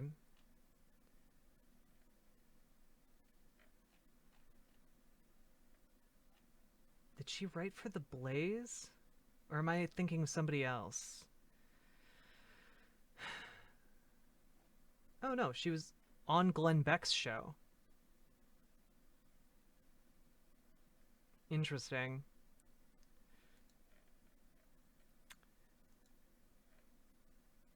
Deborah So. The first book debunking gender ideology using science. Scientists are becoming more politically engaged. This is why academia is falling apart and the public has become so skeptical of science, says woman who went on The Blaze. Fucking lol. Says woman whose own Twitter profile is anti-woke. Okay. Yeah. All right. Let's take a look. Let's take a look a little bit at this breakdown of this book real quick. You might expect an author of a book whose title proclaims the end of gender to be clear on what gender is. Unfortunately, that's not the case for Deborah So, the author of The End of Gender, Debunking the Myths About Sex and Identity in Our Society. In her first chapter, Myth Number 1, Biological Sex is Not a Spectrum, So distinguishes four things: biological sex, gender identity, gender expression, and gender. So far, so good. Biological sex is about gametes. Gender identity is about feelings, gender expression is about presentation, and gender is about social norms and social ideas, right? Not entirely. So only agrees with the first three. According to So, gender, both with regard to identity and expression, is biological. Interesting. This suggests gender consists only of gender identity and gender expression, and that it therefore lacks any social component. Indeed, she explains that gender is not a social construct, nor is it divorced from an anatomy or sexual orientation. In a footnote, So says she understands the idea of a social construct to be the product of one's social environment or learning. So doesn't see any aspect of gender as social, writing off hundreds of years of feminist theory. She is unlikely to be motivated by this criticism, so positions herself repeatedly as doing science, while both feminists and trans activists, she believes, are just doing activism. Many people today mistakenly use sex and gender interchangeably. Is it possible that So simply believes that they are one and the same? In her third chapter, Myth Number 3, There Are More Than Two Genders, she writes, there are two genders, male and female. There is zero scientific evidence to suggest that any other genders exist. This suggests So believes biological sex is gender, but this doesn't sit well with her earlier suggestion that gender is a matter of gender identity and gender expression. There are more than two gender identities, as per those who buy into gender identity ideology, and there are more than two ways of dressing yourself. If gender is identity plus expression, then there are more than two genders, which doesn't fit with her statement about there being only two genders, male and female. I expected some clarification from this in the second chapter, Myth Number 2, Gender is a Social Construct, but was only left feeling more confused. So writes, biological sex dictates gender in more than 99% of us. Socialization shapes the extent to which our gender is expressed or suppressed, but it doesn't dictate whether someone will be masculine or feminine, or whether she or he will be gender conforming or gender atypical. This is fairly straightforward. We have a biological disposition towards certain sorts of behaviors or interests, but these might be either encouraged or suppressed by our social environment. Maybe a boy who loves to dress up is discouraged, told that's for girls, so suppresses that part of himself. Maybe a girl who is good at sports is discouraged, told you'll get your clothes dirty or you might hurt yourself, so suppresses that part of herself. Suppose boys have a biological disposition to play with trucks and girls have a biological disposition to play with dolls. That these are only biological dispositions.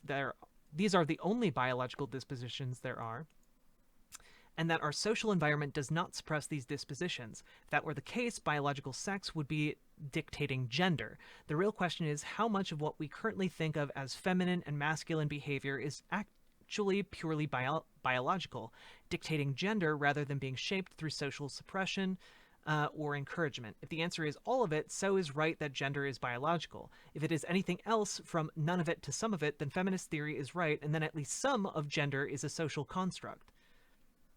So I'll post the rest of this. It's quite lengthy, but I feel like it's pretty on the ball regarding criticism of this.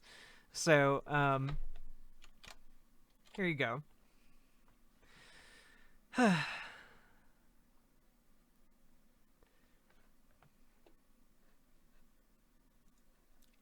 Anyway, this is the book that this lady's referencing as being extremely good when it comes to gender. That either there is a biological basis to gender. We know this. We know that girls, naturally come out with certain tendencies and citation needed. And behaviors, and they're attracted to certain things. I mean, this is not a mystery. If you've ever raised children, you're aware that girls are different. They tend to be more talkative. From citation needed. Is that based on their biology, or is that based on how we socialize them? Citation needed. The moment of birth, they tend to, be neater. They tend to be less physically aggressive. I mean, this isn't socialization. That's part of biology. Are you sure? Citation fucking needed. And so, if you were a parent, how would you be handling? Well, what do you think is the best way for parents to be handling, sort of the gauntlets that they're being forced to run right now? They have a little kid. The little kid starts exhibiting, opposite gender. Well, Ben, it's because Ben is thinking about that turkey he just fucked. Okay. Tendencies. How should they handle that? Because I'd be wary of sending my kid to a public school now, given how things are going. That's right. The number of people who will interfere is really legion, and it's alarming. I mean, I got a call from a man who is an immigrant to this country 2 weeks ago, and he did not know. And this is what happens, by the way. Parents reach out, they're desperate. They literally don't know who else to talk to. I'm not a... This, by the way, this is all very much similar to like the gay panic of like the 80s and 90s. Like it's all very, very similar here. Like, oh no, they're tomboys who are into men are being forced to be attracted to women. Like, the girls are getting all in on this lesbian craze, kissing behind the bleachers. This is the same old scare tactic book from the same old bigot playbook. Psychologists, which I always tell them, I'm not a doctor, but they're desperate to be believed and taken seriously. And this man's son... Why did this person... Wait. So some rando called you, even though you're not a doctor, for medical advice? What? You should have told him to go to a fucking doctor. Why are you giving out medical advice? Usually I've written about young women, but this man had a son who was suicidal, so they had checked him into a hospital in Seattle. In the state of Washington, you're entitled to mental health care without parental permission from age 13 on. So they had checked him into a hospital because he was suicidal. And during his stay, he was admitted, and during his stay, somehow with the psychologist, they had worked out that they had decided that his problem was gender. and they had referred him to a gender clinic. And the man called me because he was desperate to remove his child from this hospital. And he, tried to. His daughter was checked into a mental health facility because she was on the brink of killing herself, rather than tell her father that she's transgender, because frequently transgender kids tend to be really scared about telling their parents that they feel like they're transgender, because there are a lot of risks associated with that. You legitimately assumed this video is from 2012, when concepts of transition were just being made widely public and being tossed in with trans species identities and furries. Yeah, Dirty Dexter, no. These people are in full swing. People really, really hate transgender people, and they have gone the extra mile to really justify a lot of their bigotry. So, like, in this mental health institution that her parents put her into, she confessed to a psychologist that she was a girl and identified as such. And she wasn't getting that support at home, so they referred her to a transgender specialist. What is wrong about this? Like, did Ben Shapiro exist back in 2012? Absolutely. But, like, what's wrong about this kid who thinks that they're transgender getting referred to a transgender mental health specialist? And, like, the reaction of this father saying that, calling a stranger who's not even an expert, crying about how he can't get his daughter out of the mental health institution that he put her into, and saying that, like, and being distraught about it because she might be transgender. Do you really think that woman, that young woman, would be safer at home with that father figure? I'm not sure about that, you know? Oops. To put him in touch with someone who could help, a social worker, and what they worked out was he was entitled to take his son out of the hospital as long as he agreed that the child was really a girl. The young person was really a girl. That was the one of the biggest factors in helping youth who believe themselves to be transgender is accepting them. Because if you don't, if your parents don't accept you as being a transgender man or woman or non-binary, your risk of suicide skyrockets. I think it's something like absurd, like 42 times the average rate of suicidality. So when the doctors are saying you need to be able to accept your daughter as a daughter, they're doing that in the best interest of the child. Because the child could be at extreme risk of trying to kill themselves again if they aren't getting that sort of validation at home. But good night, Linky. Get some good sleep, okay? condition for releasing the son to him. One of the things that also, her insistence on misgendering this young woman is really irritating to me. And Crade, thank you very much for hitting that follow button. And I encourage anyone else who is out there enjoying this content, hit the follow button as well. We're trying to build a nice little socialist community that will be bigger than Hassan, and we're going to make the world a better place. And it's going to be awesome, okay? So hit that follow button, and we're going to keep chugging along. There have been stories about, I know there were some studies that were done in Britain that were really disturbing about the number of young girls who are being referred for gender transitioning, particularly in autistic communities. So what is the crossover? Are you aware of any crossover between other conditions and claims of gender dysphoria. The claim of autism, again, was the predominant one in Britain, that there were thousands of young people in Britain who actually were autistic, but they were being referred to as gender dysphoric. Right. So usually this coincides with what they call high functioning autism. Young women who are they're very, very smart.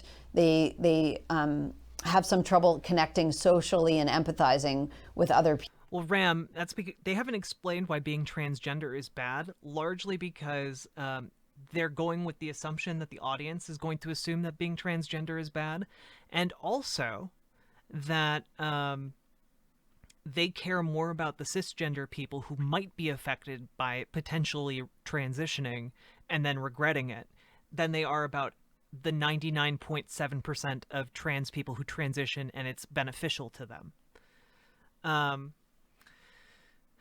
Also, hello, Maya. People, and they tend to be very rigid in their thinking.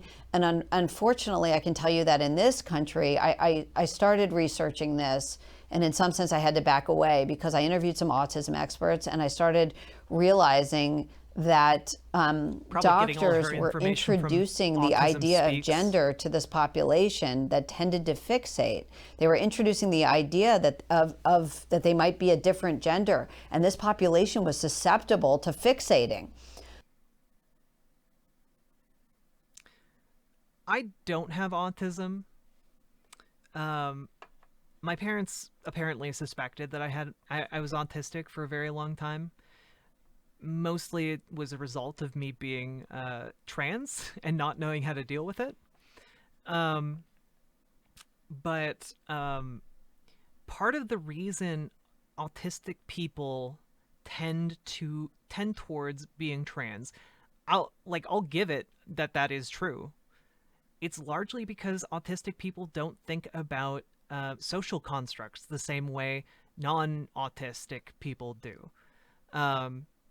And as such, they find it easier to transition. And that's fine. It's fine if autistic people want to transition. If they feel it's going to improve their lives, let them fucking transition. There's no harm. And they mostly don't. Like 99.7% of people don't regret transitioning. So just let them transition. This is a weird argument to make. So it was like giving a drug to an addict. And in fact, when I asked one of the autism experts about this, she agreed that's exactly what it was like. And citation needed, bitch. And so we do see, and there's research on this, very, very high rates of, transgender identification among young autistic teenagers. One of the things that I've pointed out before is that all the talk about this stuff is not impact-free. The media's mainstreaming of this stuff does have some pretty significant effects, and you can see it in the statistics. It's not what you would expect is that if all of this, if all gender dysphoria were simply a biological phenomenon presenting as a medical phenomenon, then you would expect a consistent number of diagnoses of this over time. You wouldn't expect massive spikes in diagnosis of a particularly specific phenomenon that applies. Maybe it's because it's more acceptable to diagnose people as gender dysphoric, Ben. Did you think about that, Ben? Did you think about how the attitudes towards trans people have changed over time, Ben? Have you thought about that, Ben? I don't think so. Applies to a small percentage of the population, but you are seeing huge spikes all over the place. In Britain, in the United States, you're not seeing similar spikes in places that have not decided to sort of follow this gender ideology. Like where, Ben? Where are you not seeing the spikes? Are you talking about Hungary, the country that's currently under a dictator? What country are you saying we don't see spikes in? Yeah, transgender people can be killed in some countries. I think it was Hungary that basically kicked all the trans people in the country out and said that we're no longer going to recognize you as valid. Yeah, there are a lot of places on this planet where trans people can't live openly because they're going to be harassed or killed or beaten or driven out of the community. There are places in America where it's like that right now. I get messages all the time from people in rural areas around the Midwest telling me about like how I'm an inspiration to them and telling me that they wish that they could live openly too. And these are people who are who present on the daily as like big butch men. They present as they have families, they have children, they have wives. The idea that there is a rise in these numbers of people because it is I don't know, growing or whatever. No, these people have existed. They've just not been accepted by society.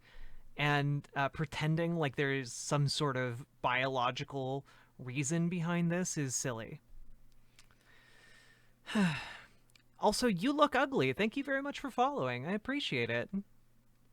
Because people who are in psychological pain, and these young people are, especially young women today, we've never seen such high rates of anxiety and depression among young women as we see today. They look to the culture to help explain what they're feeling. And in previous generations, they might have said, oh, I'm so fat. The problem is I'm so fat. And today they look to the culture and say, oh my God, I'm really a boy. That's my problem. And the moment. No, it's because capitalism encourages alienation. Capitalism continues to drive us apart and grind us down into individual units that can be interchangeable with the rest of society.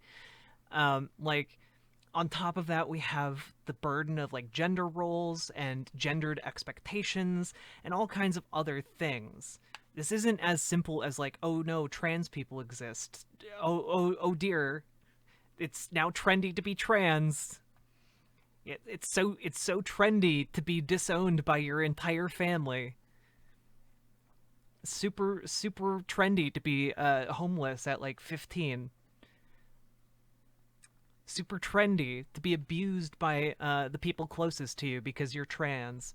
Yeah, super trendy. Super trendy to be targeted by strangers because you are weaker and more vulnerable. Yeah, super trendy stuff. The moment they start down that path, there are so many people prepared to agree with them and to help them transition, even though the reality is. Dirty Dexter, it's because capitalism largely has a process called atomization or alienation, whereby you are encouraged not to be in these.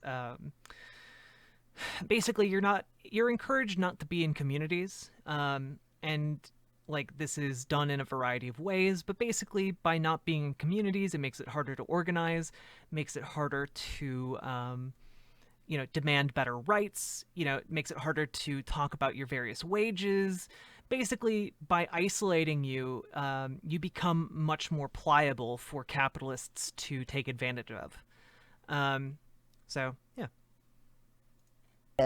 Look, if this was just taking a new name and dressing differently, I wouldn't have. Obviously, there are a lot of other problems. I just like connecting a lot of these things back to capitalism because it underscores the need to move away from that system.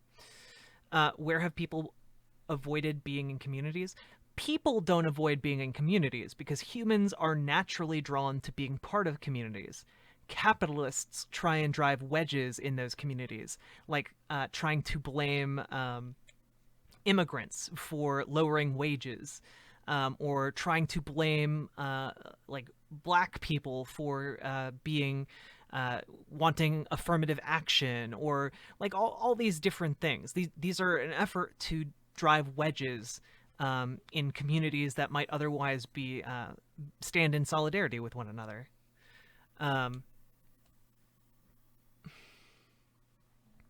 Like it's kind of like Dirty Dexter. If you want like a really good example of this, it's kind of like how companies would hire Pinkertons. If you're not familiar with Pinkertons, they're basically corporate mercenaries and spies, and they would hire Pinkertons to infiltrate like unionization efforts and basically commit an act of violence or otherwise break apart the union by inciting social strife. And by breaking apart the unionization efforts or communal efforts to bargain, they would be able to exert more control over their workers. And this is a process that has now grown to like national and global levels. And that's largely because corporations have become extremely powerful. Like Jeff Bezos has $300 billion or whatever, so it's profitable for him to invest in these efforts to drive people apart. Anyway, that's like a quick overview. Like going in depth on this would be like really really difficult. If it needs outside influence of Pinkertons, then it's not inherently capitalist, it's inherently greedy. But that's the thing. Corporations only exist to make money, so they're going to do whatever makes them the most money, and that includes hiring Pinkertons to break up communities, to drive wedges between people. Yeah, the reason they hire Pinkertons is to better pursue their profit motive. So, yeah.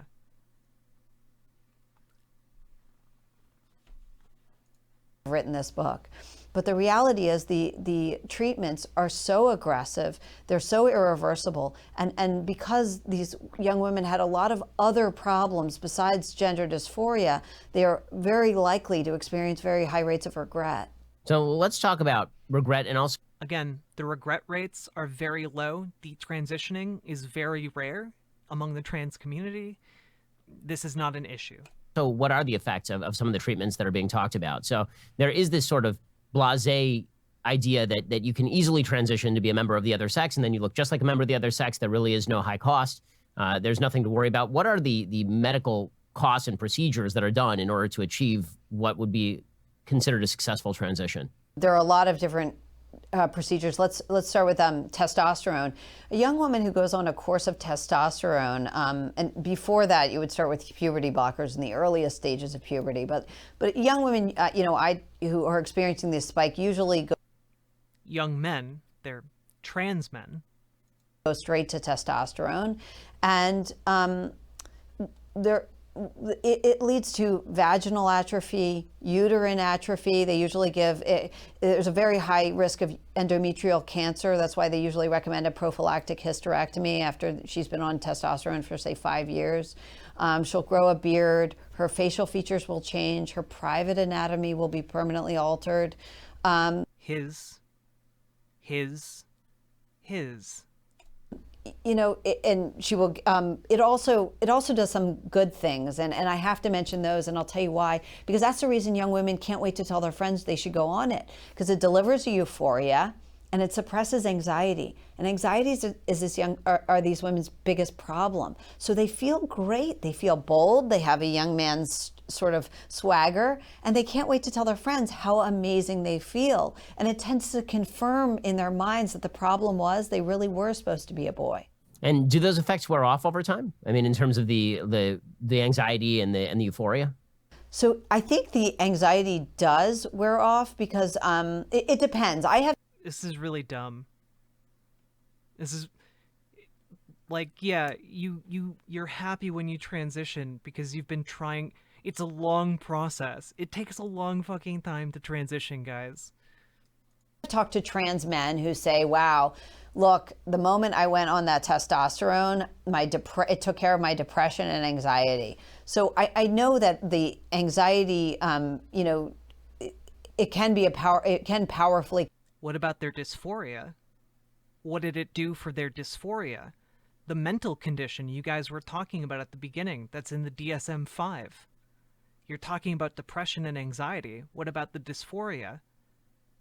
Control anxiety. Of course, we have other medications that are less risky that control anxiety, but testosterone does seem to do that effectively. The problem is we really don't know what this massive dose of testosterone does to a young woman's body when she's been on it for decades. We have trans men who've been on testosterone for decades. Also, their testosterone levels are just on par with cis men.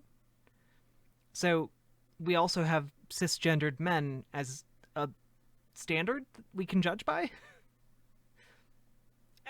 Like, we're not completely different organisms. This is like weirdly like saying like men and women on a biological level are completely different creatures, which is just not true. And patients don't know that we don't know that. They aren't being told how risky these things are. Do we have any longitudinal studies about suicidality with regard to transitioning? So I know that there's been a lot of talk about how in the immediate aftermath of transitioning, suicidality rates go down fairly dramatically. But because all of these treatments are fairly recent, I mean, as in the last 20 years mainly, do we have any longitudinal studies over time as to whether suicidality remains at lower levels and how those levels relate to sort of baseline suicidality in the general population? Right. So we don't know two things. We know that there are high rates of suicidality among this population. What we don't know is whether gender dysphoria is the cause of that, and we don't know whether transitioning will cure suicidality. So there's a lot of evidence from various studies that indicate that the suicidality is largely caused by society's rejection of transgender people, which is what you two are trying to peddle here. Conflicting studies on this. One out of Tavistock Clinic in England showed that the young women who were put on puberty blockers, actually their suicidality did not go down, their suicidal ideation did not go down. So it's not clear that medical transitioning Good night, will cure suicidality. It may for some number of these patients, and it certainly seems to, as you said, in the short term. Thank you for joining my but we community, just don't by the know way. long term whether it will cure it. And I think, we're dealing with a different population today. Usually when they did these long term studies, they were always done on men because that's who had gender dysphoria. And now for the first time, On trans women. The misgendering here is extremely tiring. it's teenage girls. So we really don't know, these teenage girls who exhibit very different kind of thing, meaning they decided this with their friends after social media influences. We don't know what their long-term rates of suicidality will be. So also, the assumptions being made here are wild. Yeah, they got together and decided to become trans men together. It's the cool hip thing to do, guys. Let's talk about the impact of social media, because you've referenced it a few times. Obviously, we have seen suicidality rates in all sort of cohorts of young people go up pretty dramatically in the aftermath of social media. What is the impact of social media on all of this? Well, social media tends to make young women kind of crazy. I mean, it exacerbates anxiety enormously. It makes them feel like they're constantly left out. It makes them feel like they're constantly less than and unable to achieve the perfect, airbrushed images they see online. And it sort of torments them with a constant, threat of being so much less than the beautiful, even classmates that are, face-tuned images online. So I think it's a really cruel thing. It's sort of the debutante ball that never ends.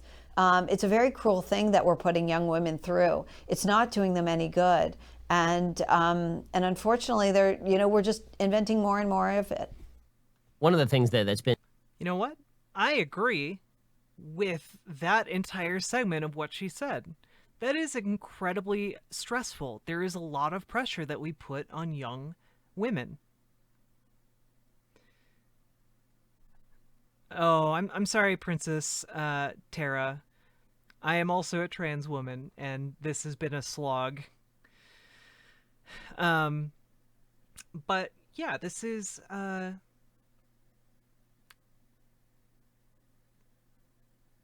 despite the validity of that last point, framing it as social media is turning the kids trans is an extremely bad take.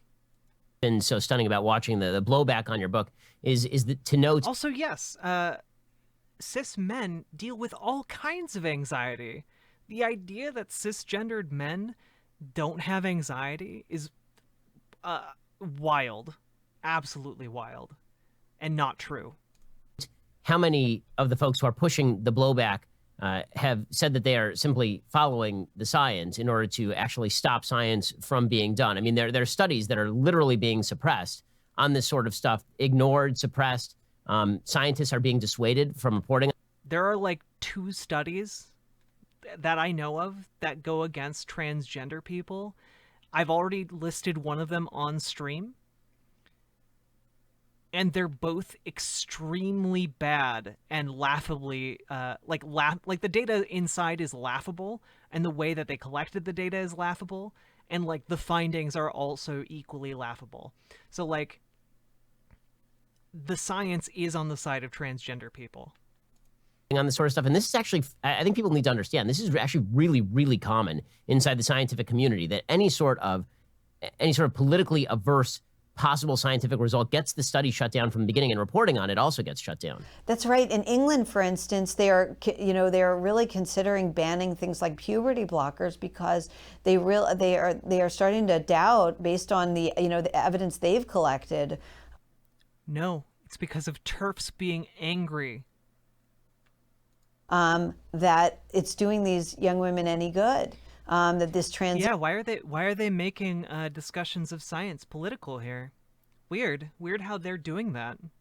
In fact, one of the authors of one of the big studies said, look, this is a different population. I don't even think my earlier studies applied to this teenage girls, and they do seem to be socially influenced.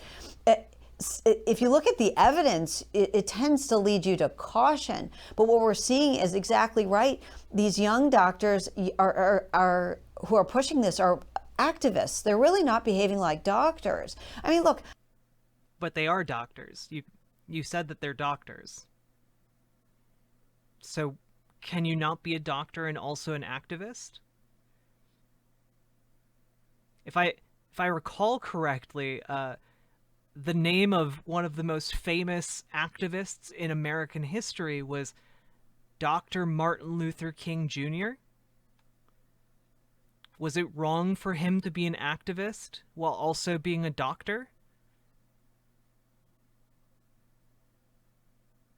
I don't know. My book, for all the blowback and all the extremism around it, all my book does is argue that there may be social influence involved and that we should be very cautious here. Based on one study, and that one study was largely shown to be about parent reactions to transgender youth, not about the transgender youth themselves. And those parents were picked out of sites that were already aligned against transgender people being valid. So again, her arguments are not based on the existing science. That's something you were told about every medication, right? Where they list all the side effects in every ad on television. I mean, we promote caution when we talk about this, really, extremely. The doctors, when they prescribe you testosterone or progesterone or estrogen or estradiol or spironolactone, they tell you what the side effects are. And they have you come back like every couple months to check on your progress and to see how you're doing and if you're still comfortable continuing.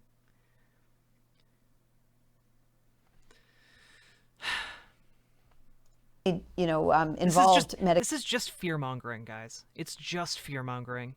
Medications and treatments. But for this area, you're never supposed to exercise caution. In fact, caution is considered hateful somehow. If they were really concerned about the health and welfare of transgender people, they would want more, studies done. Instead, We do want more studies done. We just don't want the studies done by bigots. We want them done by non-partial scientists. I don't understand how this is... I don't understand how this is hard for them to understand. Also, hello, Polar's World. Everybody, Polar's World is in chat. Shout out to Polar's World. Check out their content. What's this The Future thing? It's the first stream under the Future team, Chubbs Bubba, no, you didn't piss me off. Why do you think that I'm pissed off at you? I'm just being irritated by this entire video we've been watching for an extremely long period of time. Also, Polar's World is also a member of the Future Stream team. So everyone say hello. Go follow Polar's World. Of course, support their content. Doing some really interesting things on the ground, and like saw him on a panel the other day, and he was doing excellently. Yeah, we're just talking about this extremely transphobic video from Ben Shapiro and his transphobic co-host Abigail Schreier. I'm glad you're doing well. I'm glad that we're like interacting as teammates. This is great.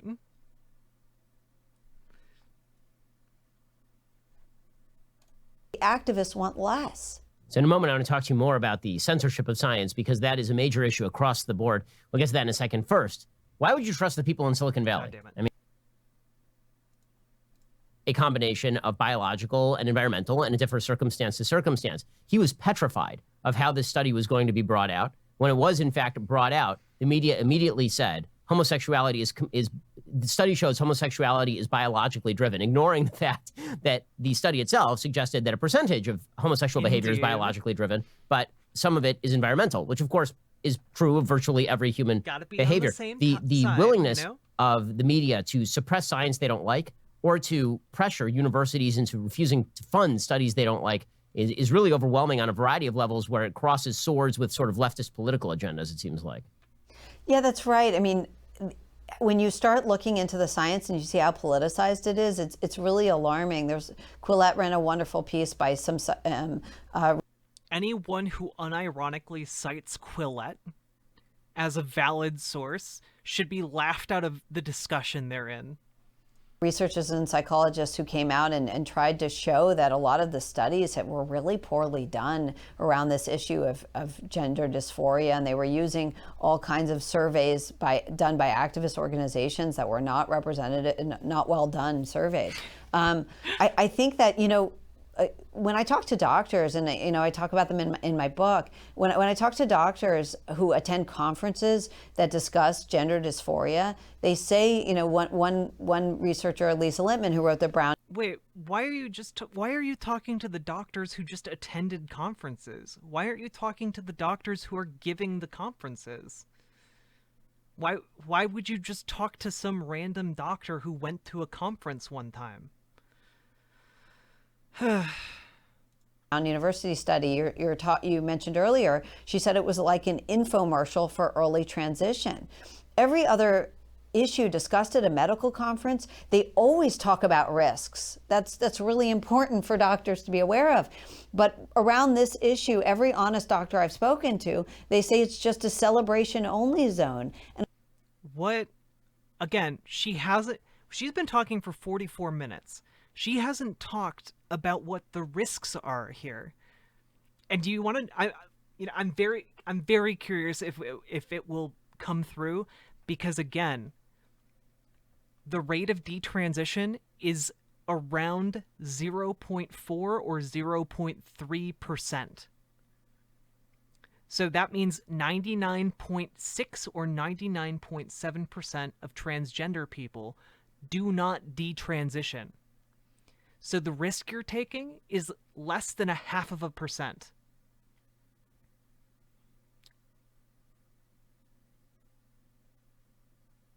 I understand that that's something that, like, maybe you'd want to communicate, but doctors do communicate that. All of the systems are set up to prevent you from fully transitioning if you realize that that's not what you want. And should we deny 99.6 or 99.7% of transgender people from transitioning because of the safety of 0.3 or 0.4% of people who transition? Should we deny heart surgery to people who have a 20% chance of dying? If the answer is no, because they can consent to that risk, then we shouldn't deny it to people with a much lower risk that doesn't include death. Yeah, they use the same arguments against vaccines. Yeah, I mean, this is all like pseudoscientific bullshit. masquerading as actual concern. And of course, if you're concerned about the damage that could be done to a population, you don't want to sit around celebrating the medication. You want to be evaluating it. And it's interesting because we've talked Estradiol is already used in cisgender women. They use spironolactone for other they use it for acne in some cisgender women. They use testosterone for all kinds of different things in the medical community. These questions have largely been settled with these medications. about censorship of scientists and censorship of people who are writing about this journalistically. But the one area we haven't talked about censorship of is people who have detransitioned. And there's been a complete media blackout on people who detransition or who experience regret about transitioning in the first place. Those people Because there aren't that many of them, Ben. are treated as unpersons by the media. You are not allowed to mention them under any circumstances. Maybe you can talk about that a little bit. That's right. Reddit. Oh, and also, again, this is one of those situations where this is why you don't bring on a trans person and someone who's detransitioned and then treat each of their positions as if they are equally valid, right? And what I mean by that is you don't treat it like it's 50% of trans people who transition like it and 50% of trans people who detransition, or 50% of trans people who transition then detransition. You don't want to have that equivalency. There's nothing wrong with having a news story about like the people who detransition. There's nothing wrong with treating them like fucking human beings, but like oftentimes they're used as a cudgel to delegitimize trans people who successfully transition, which is what they're doing here. This is what this entire interview has been.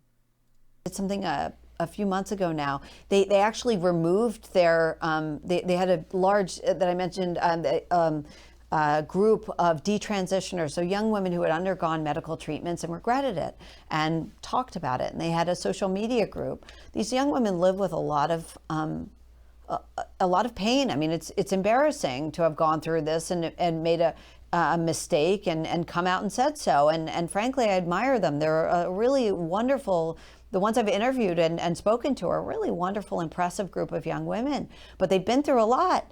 And what about the really wonderful and impressive young men who successfully transitioned? Why haven't you talked about them at all in this conversation? they had this discussion forum as a place to meet and talk to each other and share their experiences, and Reddit shut it down after activists complained. Now they reinstituted it, but of course, like all these things, it has the effect of, we're Let's see what she's talking about here. I feel like there'd be a record of that. Reddit shut down detransition group. Oh, weird. Look at this. Whoa. Ellie and Nell from she to he and back to she again. Look it's the BBC writing about someone who detransitioned. Wow, what a media blackout. That was actually the first result when I typed in what I just did. Fuck.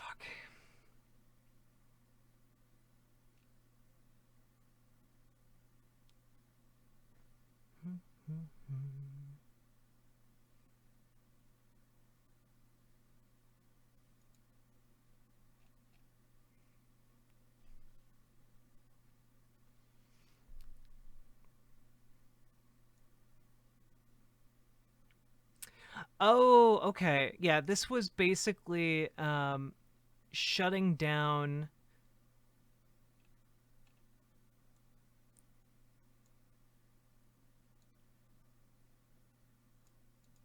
Wait.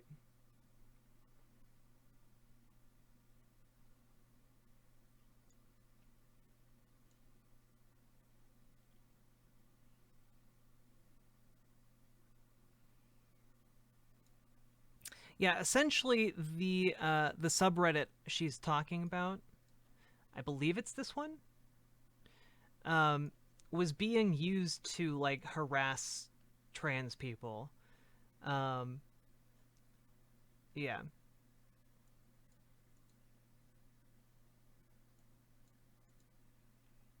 I don't know.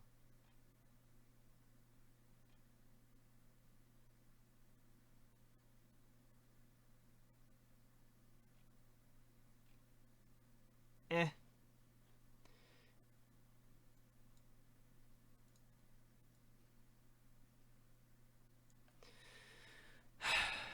It's all so stupid.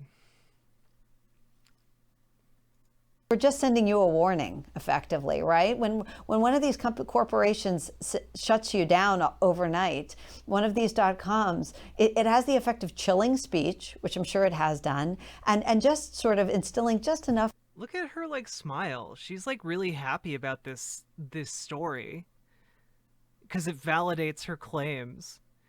Earlier in this video, she was saying, well, there's 16,000 people on this subreddit, so they've all detransitioned, and that's just not true. Fear that, you know, tomorrow we can disappear you. It is mind-boggling. What? Does she think transgender people are gonna, like, send out the elite transgender hit squad?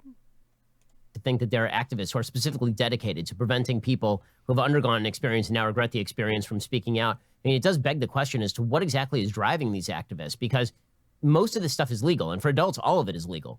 You know, what is the Well, part of it is, again, people like you, Ben, using them as a cudgel to invalidate other trans people. specific drive that we have to now make it nearly mandatory for a child at the age of 4 or 5 to be considering transition outside of the parents' permission? Like, what is driving all of this? It's a good question. That's a huge misrepresentation and not at all what the what transitioning at a young age would even entail. This is honestly a really offensive way of framing it. I can't say, I think that to understand these activists, you have to look more to Antifa and other extremist leftist groups than you look to sort of, you know, normal liberals. They're not behaving. They're the most illiberal group. They want to completely shame, destroy, and coerce. They are effectively, you know, they are aggressively going after dissenters, very much like the people, you know, cheering on rioters in the streets or cheering on banning of books.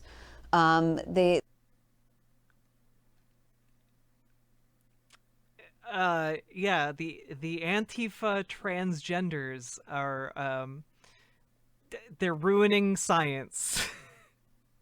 It's true. Transition is just a front to create the perfect soldier, to disappear the cis people who are trying to find valiantly to find the real science of transgenderism. This is one of the stupidest things I've heard. I honestly thought we had already hit the rock bottom of this video. I can't believe where we are now. Like I can't. Fuck. They are not people you can reason with. Unfortunately, a lot of them anyway. You've mentioned institutions that are pushing this. When my wife was in medical school, they were propagandized too about this. I mean, there's just no other way of putting it. It was not as though it was a medical presentation. You were simply told what you were supposed to do without any supporting evidence whatsoever. Let's take a look at this claim because it's not accurate. There's plenty of evidence to support affirmative care. Bum bum. Gosh.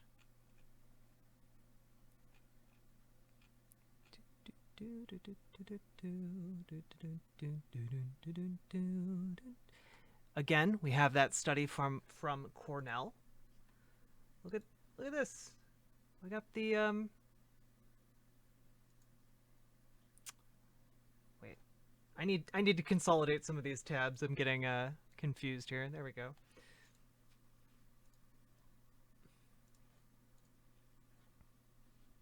Okay. There we go. There we go. There we go. Okay. So we have this, which of a meta study of 56 other studies, couldn't find one with any negative effects of transitioning.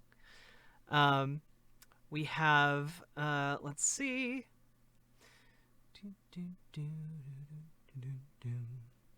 We also have this study from Pediatrics, the official journal of American Academy of Pediatrics. Young adult psychological outcome after puberty suppression and gender reassignment. Guess what? All of the results were good and positive and beneficial. Weird.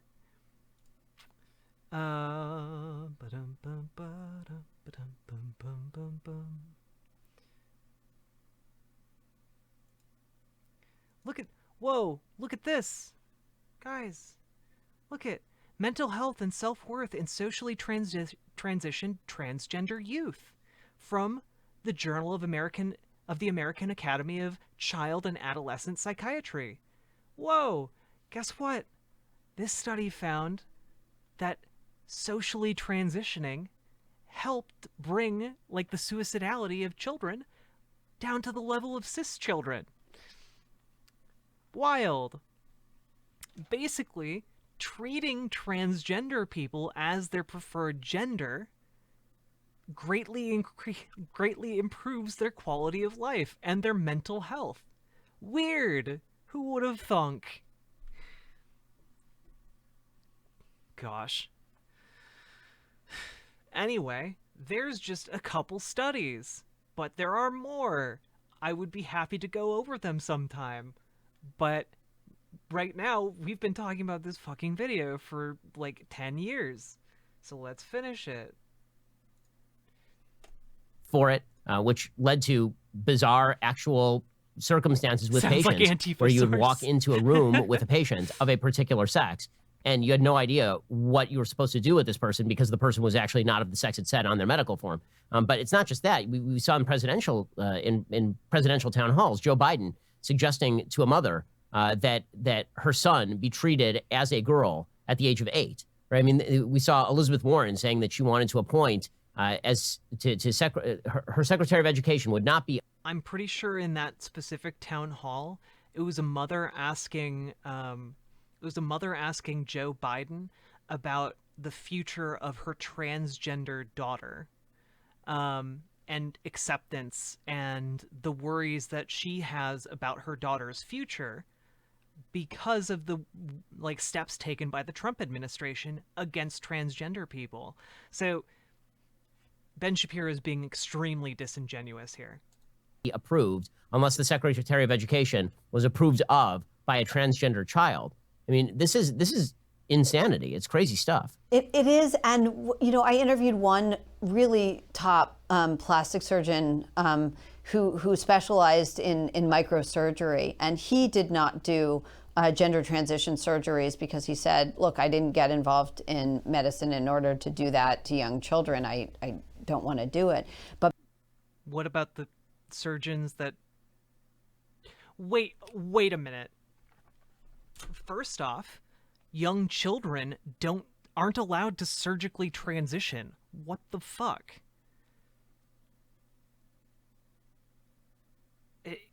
Guys, I don't know if you know this. You can't surgically transition until you're like 18 years old. So this is extremely disingenuous on her part at best. And again, I'm trying my best to be not upset at this video. It's really difficult.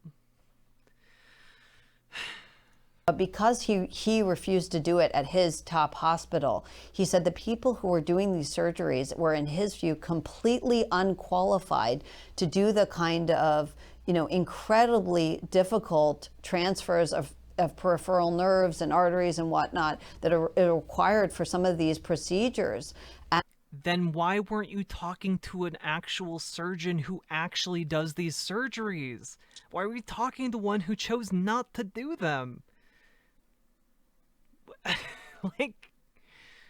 And that's what you're seeing. You're seeing the best people in medicine take a step back because they don't want to be. No, you were talking to a plastic surgeon. Again, citations fucking needed. Stamp that all over this video, because like this is not like, I guess this is anecdote hour over here, because one doctor telling you that they didn't want to perform surgeries and didn't think other doctors were qualified is not enough of a basis to say that all of the top doctors in their fields are stepping away from treating transgender people. Just told by activists what they have to do. They're real doctors. So they take a step back. They say, I don't want anything to do with this population. And the people rushing forward to treat them and to take the directives from the activists are often not the best doctors. Do you think that we're going to reach a point here where doctors, hospitals, psychiatrists are basically forced by law to push this sort of stuff? Because, again, we've already seen so-called conversion therapy bills pushed in places like New Jersey and California. And if we were talking about, electroshocking kids who think they're gay, that'd be one thing. But that's not what these bills do. They literally suggest, in some cases, that you are not allowed to discuss with a child their actual biological sex, because that amounts to conversion therapy. I mean, you've already seen with regard to things like abortion, an attempt to force doctors or hospitals. I don't know. I think a stranger talking with your kid about your kid's genitals is pretty fucking weird. That's just my take, though. To perform medical procedures that doctors and hospitals may not want to perform. Do you think that's the direction we're moving here, to make this sort of stuff mandatory for doctors to provide? I think. Hey guys, real quick, let me tell you about Udemy. Right now, they're having a Black Friday sale. I mean, yes, I do, but I also think what we're going to see is, as with everyone else, everyone with integrity, who's skilled and has integrity in a particular field, bow out. So they'll go to a different field, or they will make up some excuse, oh, I'm not qualified to do that. And then the people rushing forward and will say, I'll do it. I can make, I'd love to make that money, are often, not as frankly qualified or sometimes as ethical. Citation fucking needed. Again, like, this is like just weird scaremongering bullshit to defend the 0.3% of people who transition and decide to detransition afterwards. No doctor makes a decision based on in favor of the margins of 0.3% of a bad chance of a bad outcome. No doctor would justify making that choice. That's insane, given the science that we have. And we see that across the board, right? You see that with, any number of professions where people realize that if they are a teacher in a classroom who doesn't want to teach, the 1619 Project, they don't want to, propagandize to children. They actually want to teach history. Does she think that the 1619 Project is just made up?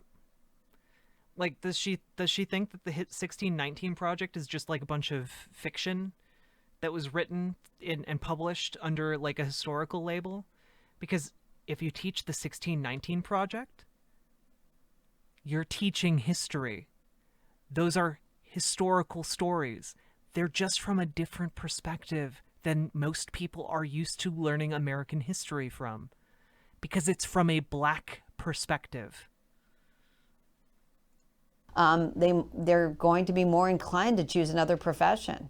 So we've discussed a lot about how much more common this is becoming. Do you have any sort of Archangel DeKalb and fellow non-Americans? The 1619 Project is basically a ongoing effort to basically reframe American history through the lens of Black people, people who were brought here as slaves. And it basically starts, the reason it's called 1619 is because that story starts with the first Black slaves arriving in the American colonies. So yeah, it's just basically going over all of that information. Not information, but like telling the usually untold or lesser known stories of like Black America through a time where most people have been taught history predominantly from a white perspective, like the white colonial perspective. statistical analysis of how much more common these sorts of gender dysphoric claims are? Like, how much of how big is this phenomenon? It's now? big. It's really big. So in England, the rise in young women demanding, presenting it with gender dysphoria as clinics was up 4,400% over the previous decade.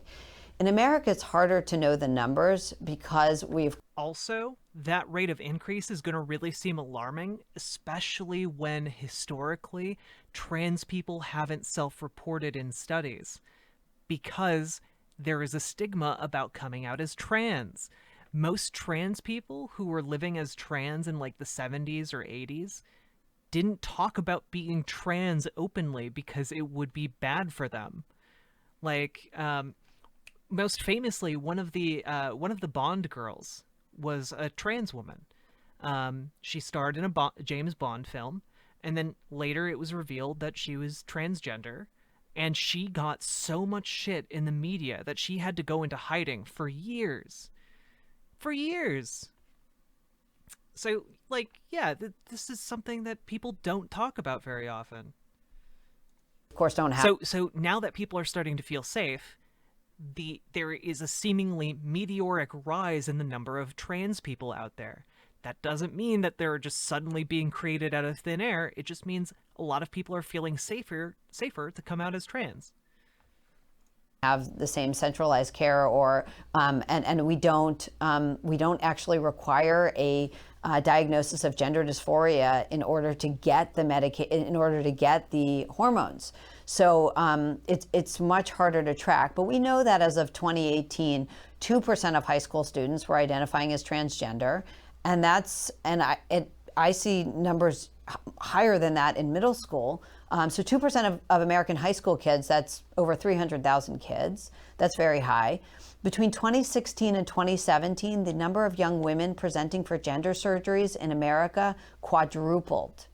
We're seeing an extreme... So one of the things she's been doing throughout this entire video is conflating young women with teenage girls. So I really want her to be more specific in her wording to know, like, whether or not she's talking about, like, 20-year-olds? Is she talking about 18-year-olds? What's she talking about here? High spike. And the fact that you can't even ask why is partly what's fueling this. No, you can ask why. The issue is that you asked why, and then you wrote a book about the reason you think it is, and your book is incredibly partisan and unscientific. There's this code of silence around, just asking basic questions. This also has aspects of religious freedom here, because if you are a religious person, then obviously you disagree with the basic gender ideology that's being presented by the left. And yet, as we mentioned before, there is, on a non-religious basis, the possibility that Child Protective Services shows up at your door if you disagree with this sort of stuff. If you're a religious person, this seems like a perfect First Amendment issue where you say, I'm not raising my kid the way you want me to raise my kid, and they just show up with Child Protective Services and take the kid away.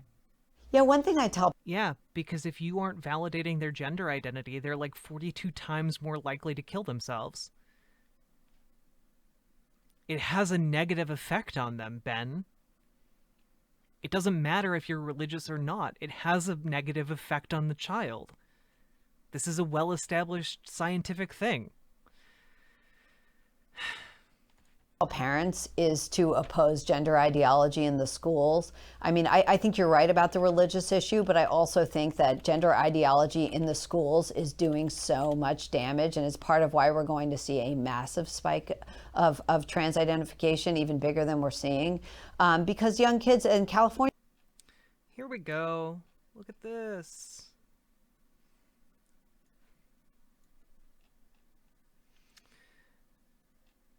New study reveals shocking rates of attempted suicide among trans adolescents.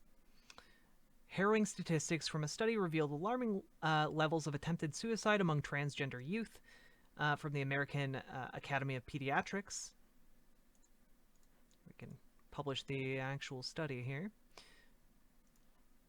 Revealed alarming levels of attempts at suicide among transgender youth. highest rates among transgender boys and non-binary youth. The findings emphasize the urgency of building welcoming and safe environments and communities for LGBTQ young people, particularly for transgender youth. More than half of transgender male teens who participated in the survey reported attempting suicide in their lifetime, while 29.9% of transgender female teens said they attempted suicide. So, and among non-binary youth, 41.8% of respondents stated that they had attempted suicide at some point in their lives. So, again, you essentially are flipping a coin. If you're a parent and you refuse to validate your child's gender identity, you are essentially flipping a coin and saying, yeah, 50-50 shot that, they'll try and kill themselves, instead of just accepting them for who they are.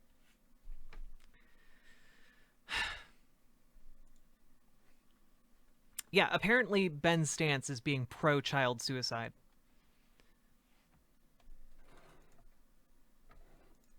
Here's a link to the study so you all can look at it if you'd like.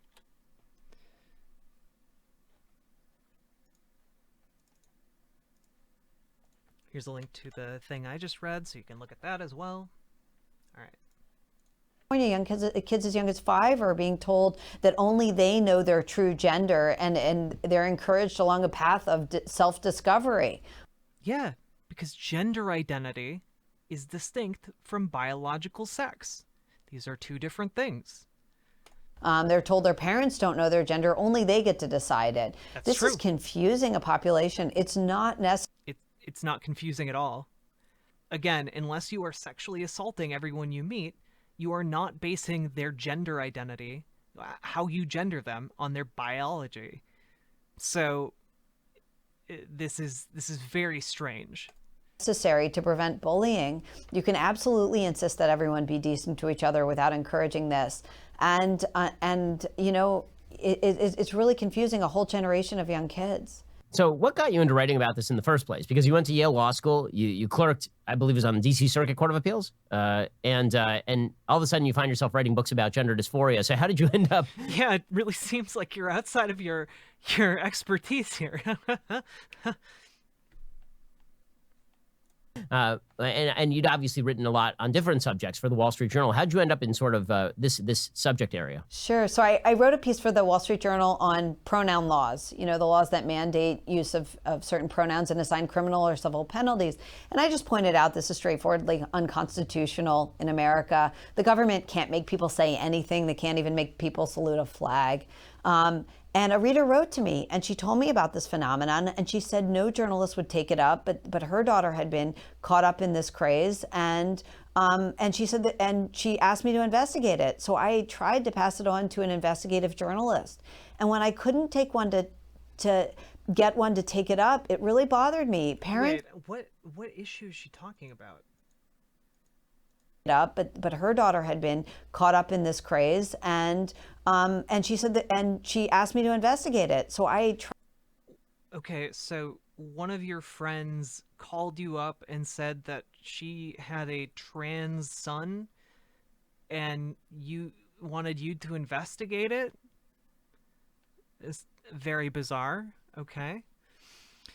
So what do you call the sex of a biological male if you move boy and man into a gender? Well, but again, biological sex is different than gender identity. So one's biological sex might be male, but they might be a woman. They might identify as a woman, in which case they would be a transgender woman. It's not super complicated. If they are if their sex is male and they identify as a man, then they would just be a cisgender man. Tried to pass it on to an investigative journalist, and when I couldn't take one to get one to take it up, it really bothered me. Parents were crying out for journalists to take this seriously. Parents were crying out for some help. They were being gaslit everywhere, and journalists whose job. Wait, why are you saying that they were being gaslit? You admitted that this is outside of your field of expertise, so why do you think that they were being gaslit?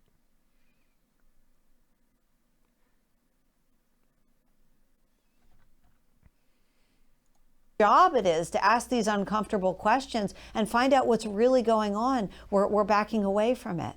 What's been kind of the blowback in your personal life from all of this? Because Interesting that she seems to be more concerned about the parents in this situation and not concerned at all about the children. It's the parents who are freaking out. It's not the kids. obviously, you know, we tend to walk. I know your husband. I've known him since I was a kid, actually.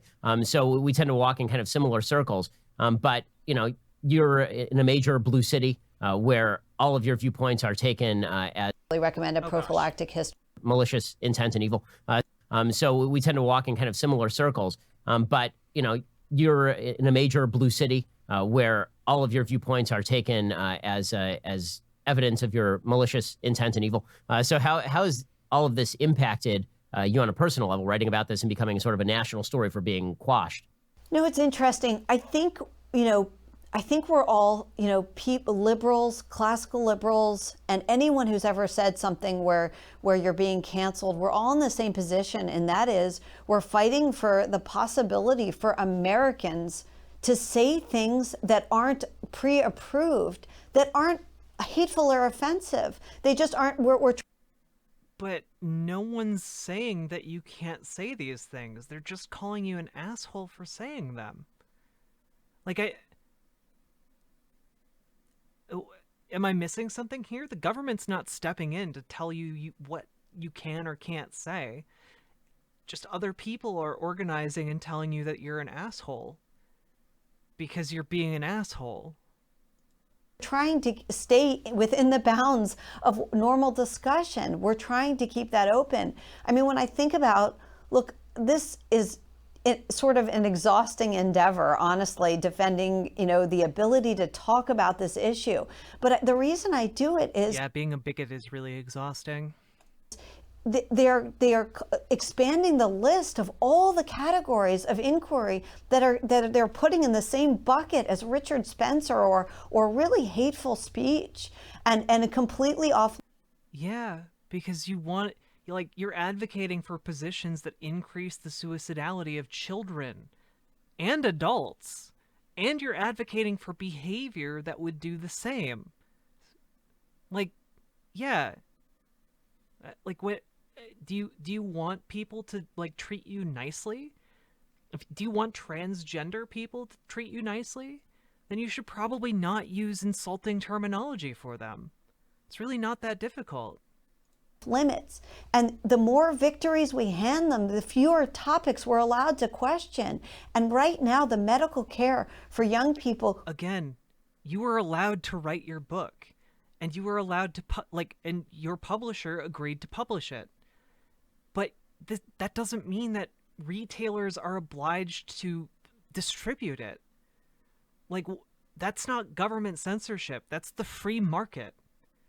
Why are you complaining about capitalism? Ben Shapiro should be angry at you for insulting the mechanisms of capital.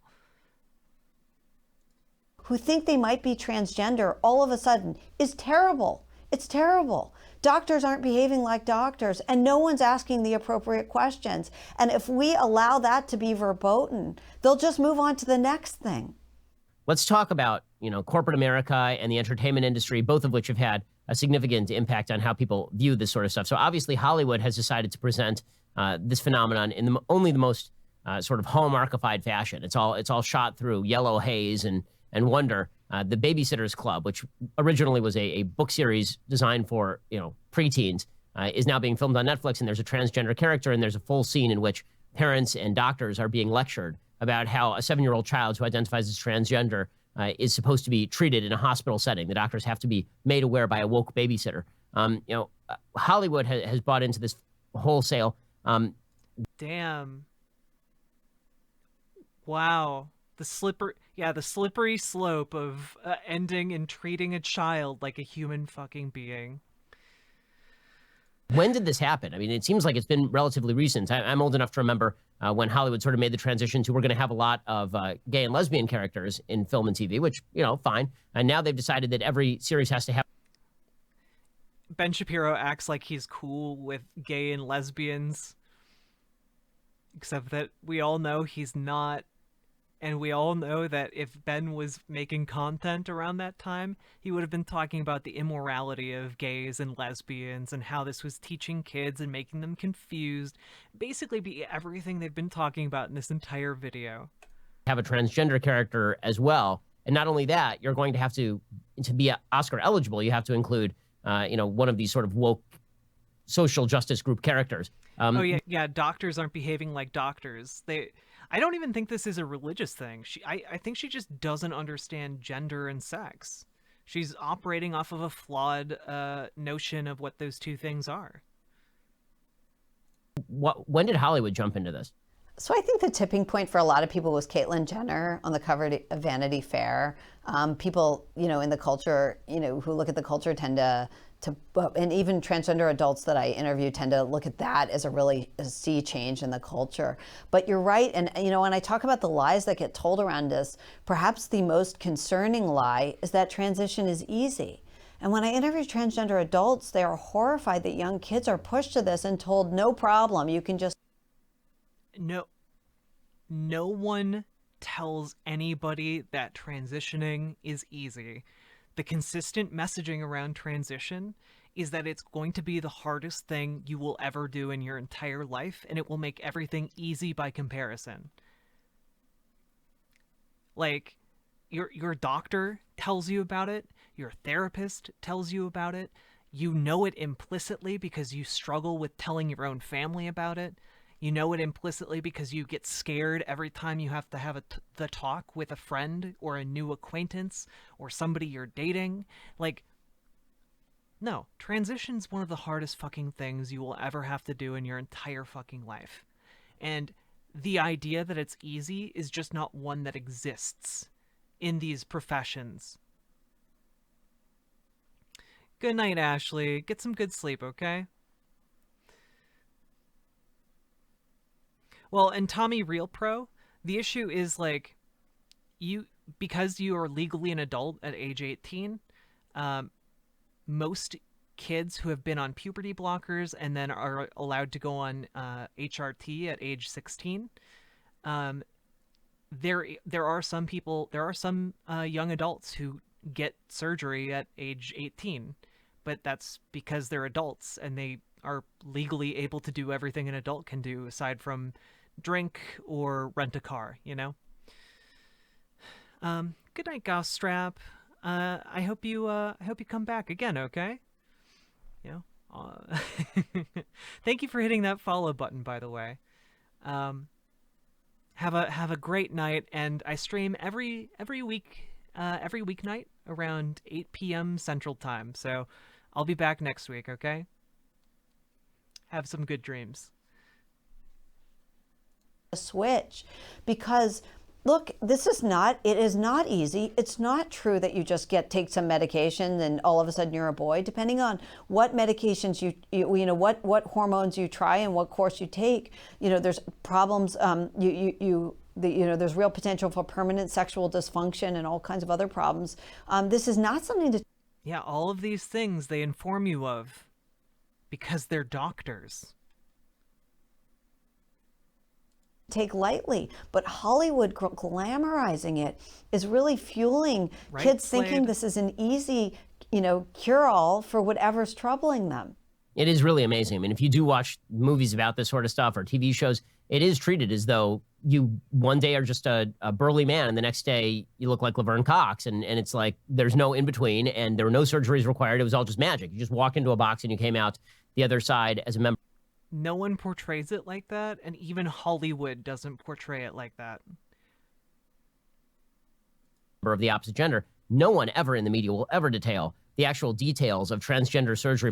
And also, it's part of this is because one of the things that Hollywood doesn't like to address is that people who are in the middle of transitioning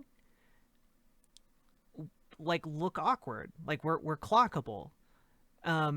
And it makes it how do I put this? Essentially, in Hollywood's world, you're only acceptable if you're a beautiful woman, if you're just ungodly attractive, or if you are a burly, manly man, if you're a trans man. In Hollywood's world, there's no room for people who are somewhere in the middle and in the middle of transitioning. Like, in that case, they usually get, like, cis actors to play transitioning trans people. And, like, that's part of the problem here, Ben. It's because Hollywood is biased towards these really attractive individuals. So you should have no problem in Hollywood. Well, thank you, but also I'm not that attractive.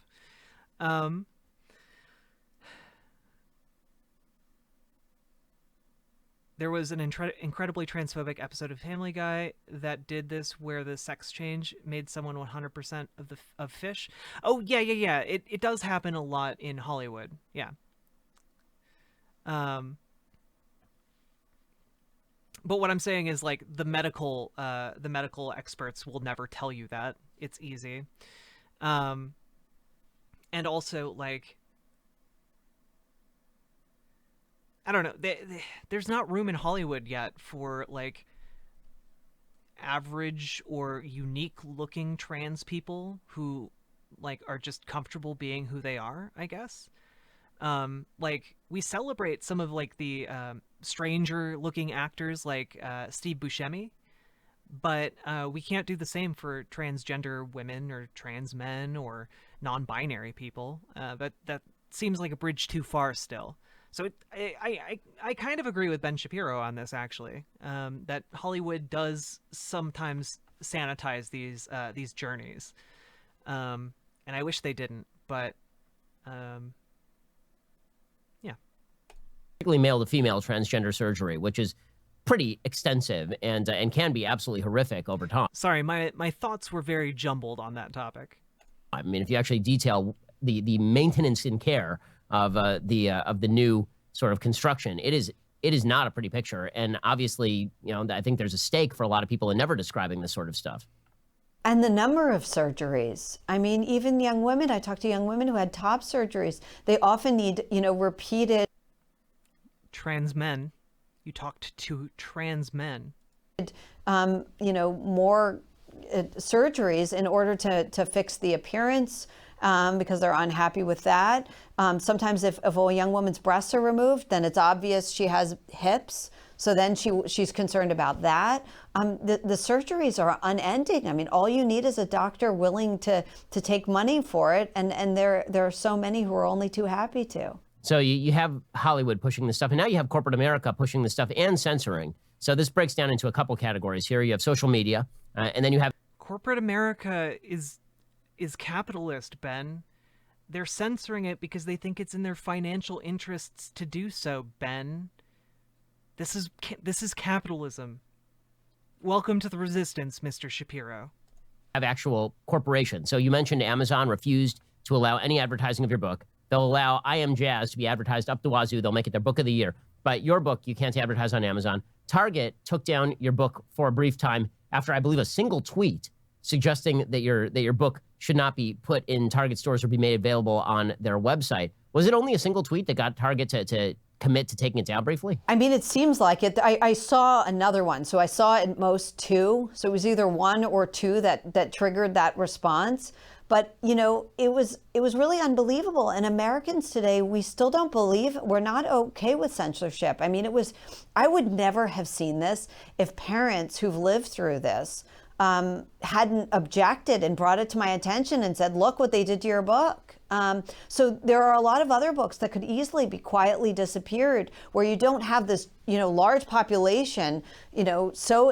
Is she trying to argue that, like, all books should be available at all bookstores? Or else it's censorship because they're being quietly disappeared? This is a stupid argument. Excited for someone to tell their story who is out there, frankly, being vigilant on your behalf because they want to get the message out. There was a group of parents actually who put up billboards in Los Angeles because they saw how suppressed the book was, and they actually dug into their own pockets and put up a billboard to advertise the book, and raised money to do more billboards, and other parents around the country were so. Oh yeah. I don't try and make it a secret that I'm transgender. Just one of the things that I've never wanted to do is to make it like the thing I am known for and always talk about, you know? Like I want to be able to talk about other things with this this politics platform. I don't want to be the trans streamer. I want to be the like good politics streamer, you know? But like when it's pertinent, I bring it up. Like I've been talking about it in this discussion. Yeah, they were so censored they put up a bunch of billboards. Exactly. Exactly. So excited about this. They started a campaign on GoFundMe, and GoFundMe shut it down. So GoFundMe, which allows 35,000 fundraisers for young women to pay for the removal of their healthy breasts, shut down as hateful, an effort by parents to get the word out that really there are a lot of risks involved. And yeah, I'm sure all of these trans men who want to get their breasts removed are under the impression that it's as easy as popping them off. They're just like they don't know about the risks of the surgery or testosterone. No one's told them, I'm sure. This is not an idea that we should be giving any credence to. It's just, I'm going to say it, it's malarkey. Pure and simple. And really, urging caution.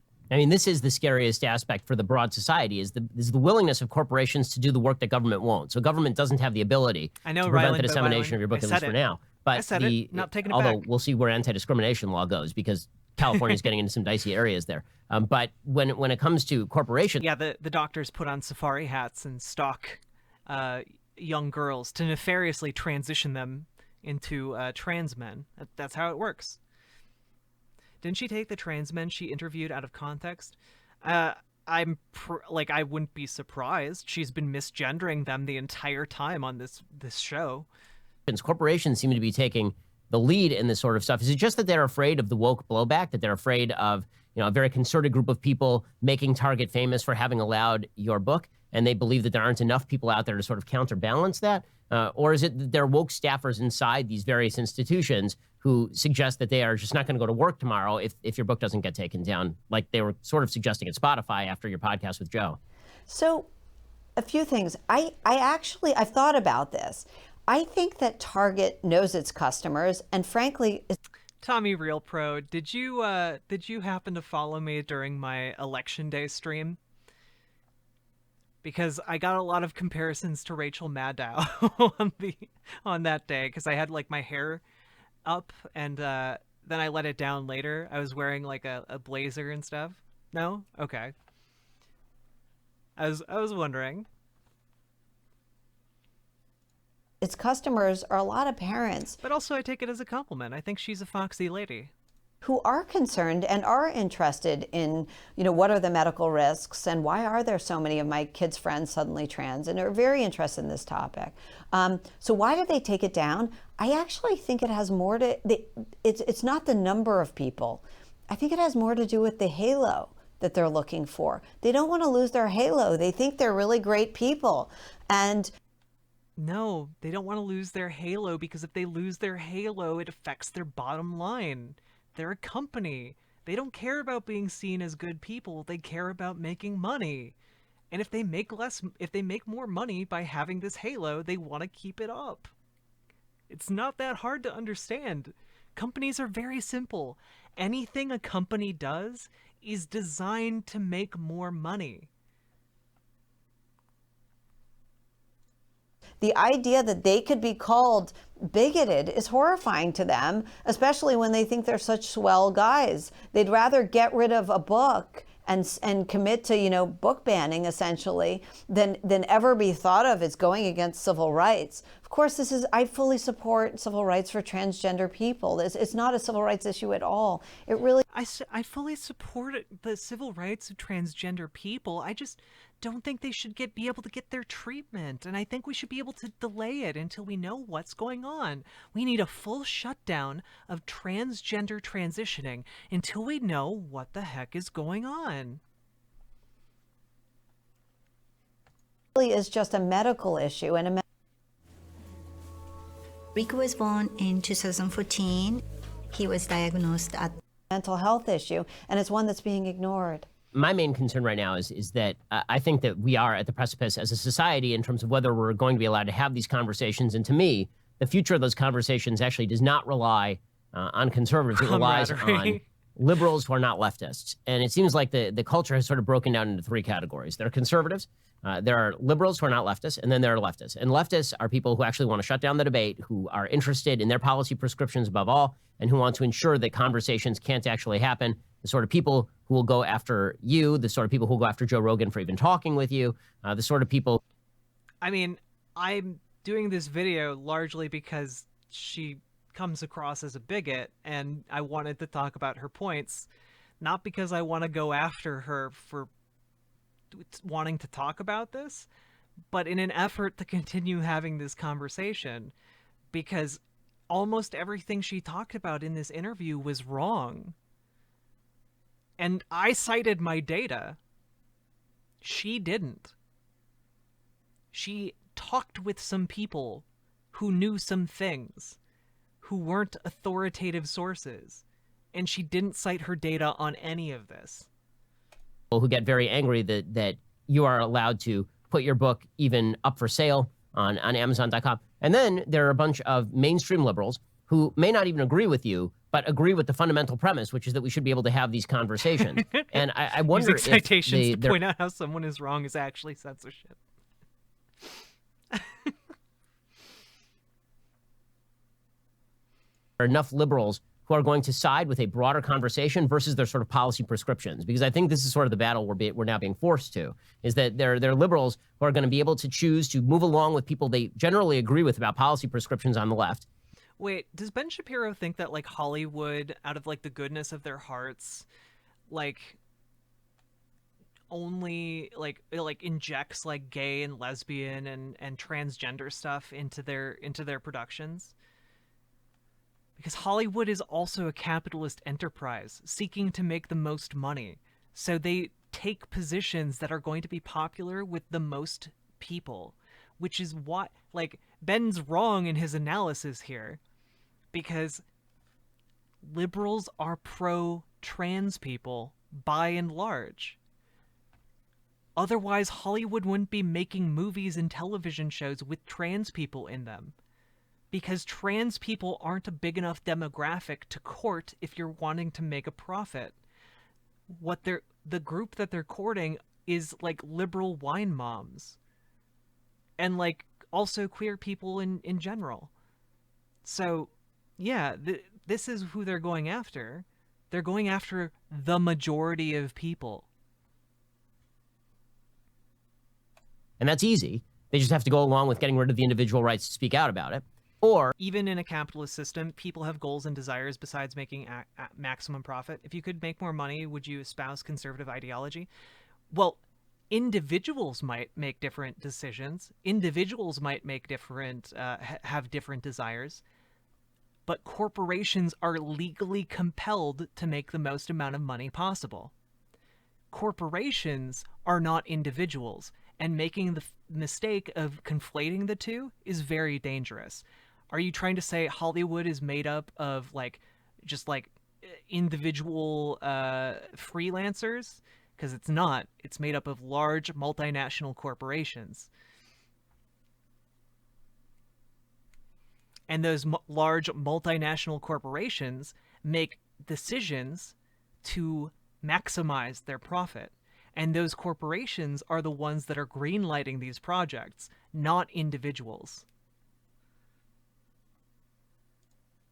they can make their own life in terms of policy a little bit more difficult by allowing the debate, but maintain the power of the debate. And I wonder, in your experience... So the point being that, yeah, if it was more profitable for these corporations to take up conservative positions, they would. And they have. Corporations didn't always celebrate pride, but they do it now because it's profitable to do so. Corporations didn't always support, the rights of black people. They do now because it's profitable to do so. Ethical corporate decisions are just marketing campaigns that sometimes happen to benefit society. Exactly, collusion. I mean, how many folks who are of the political left have expressed sympathy for your ability to get the message out there? So overwhelmingly, the parents. Wait, William of Orange, are you disagreeing that corporations are legally compelled to maximize their profit? Are you saying that corporations are not legally compelled to do that?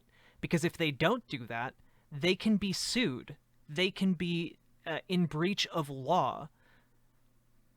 Corporations are required to maximize their profit. And if they're not doing that, then they are in breaking their commitment to following the law. So, yeah, people still do make decisions. If they make decisions that don't maximize the profit of the company, they get fired, because that helps to maximize the profit of the company by getting rid of those people. I think you might need to look that up, William of Orange. Parents who call me are are liberal, as you say, and they describe themselves now as politically homeless. They are people who are uncomfortable with conservatism.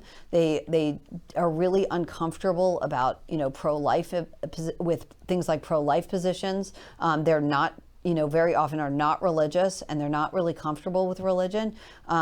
In many cases, but they do believe in American freedoms. They do believe that they know their kids better than these so-called experts who have seen them for 45 minutes. And they do believe that even though they're supportive of gay rights, their daughter is not suddenly magically trans, right? They've known her whole life.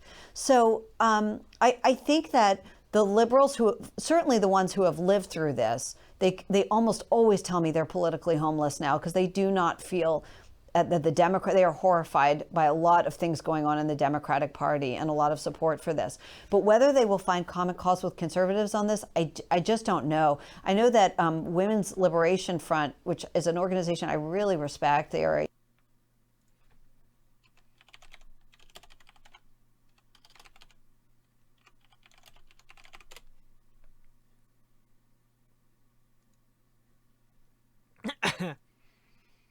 Women's Liberation Front. It's a nonprofit radical feminist organization. Filed a lawsuit against the Obama administration for its directive on Title IX permitting students to use bathrooms matching their gender identity.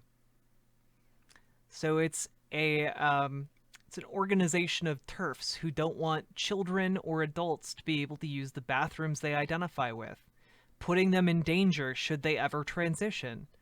Wonderful.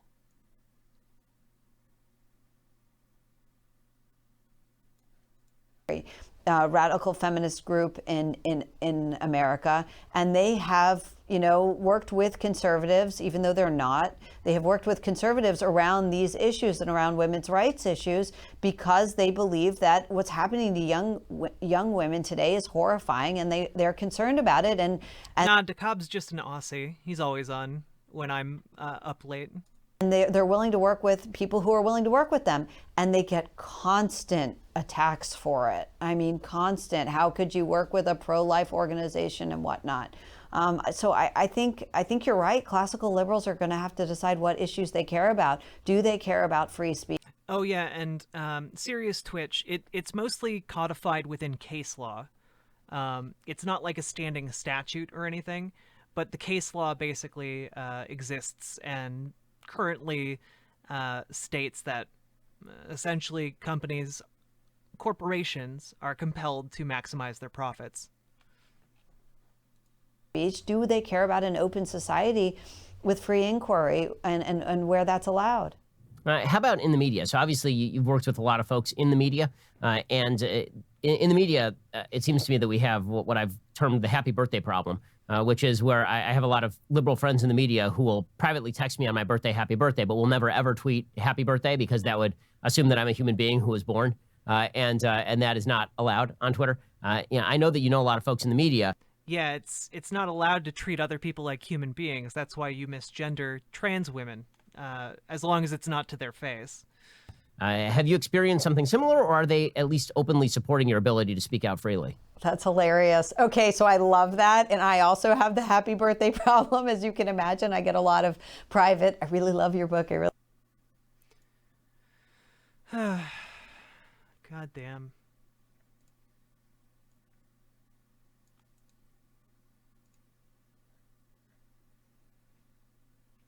Look up eBay versus Newmark if you're interested in the case law behind what I'm talking about. Really agree with. Also, William of Orange, I think your position of corporations should not make like as much profit as they possibly can.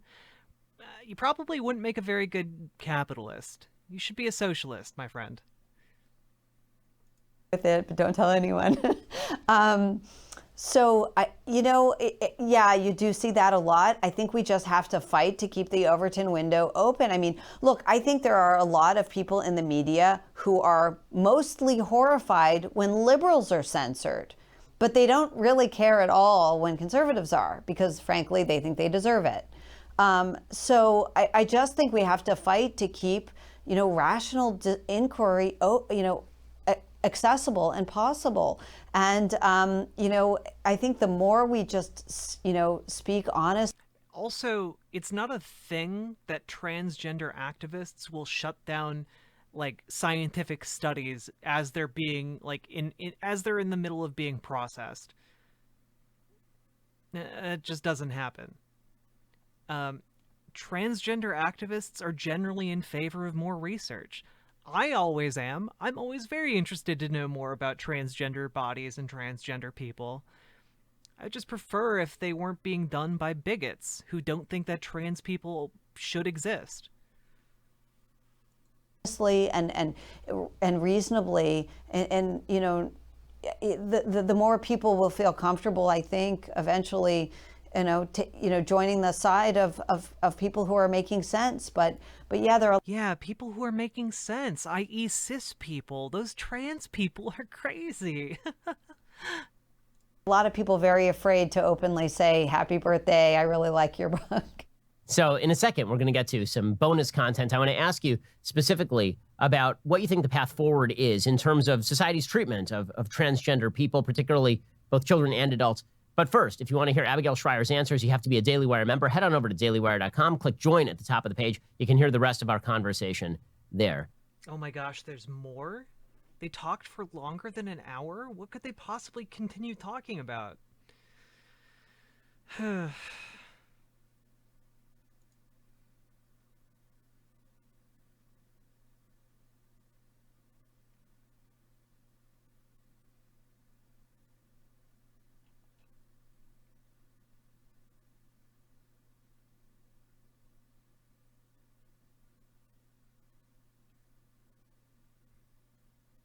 Damn, maybe you should have been better parents.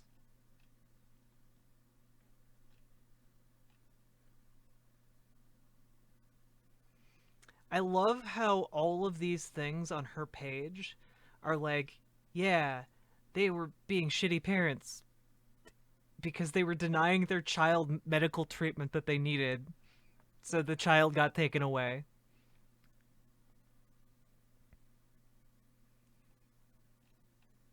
Then we got a global wave of criminal laws against any attempt to change someone's gender identity may end up putting young people who struggle with same-sex attraction on the risky path of hormone drugs and surgery, it warns new group LGBT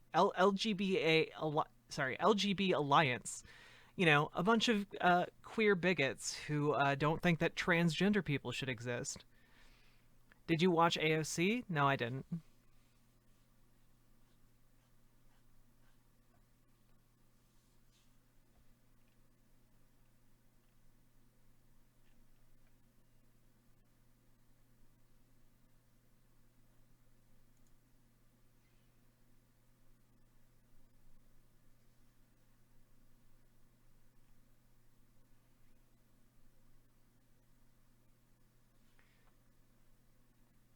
Let's see.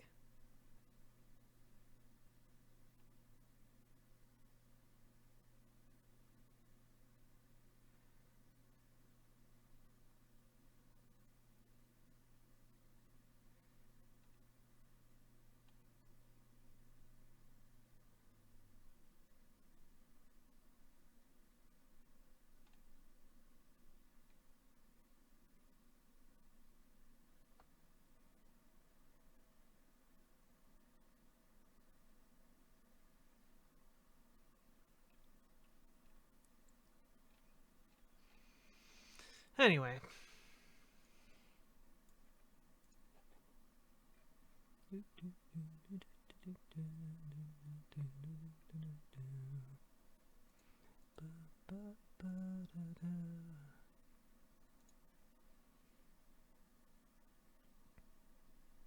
What did trans people do before surgeries and medicine were available to them? Is it recorded in history? Holsky, basically, transgender people would essentially either cross-dress or, basically do what they could.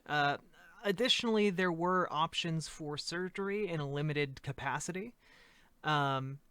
But those were generally considered more extreme. And we're talking like things like becoming eunuchs, becoming like, it was really difficult. It was really, really, really difficult.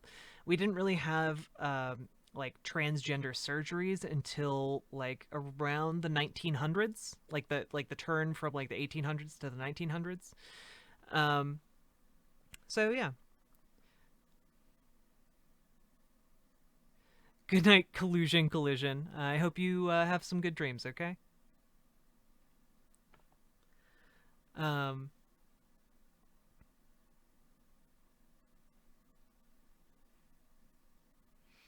but yeah, essentially, transgender people would cross-dress. They would claim to be women. They would live as women or live as men.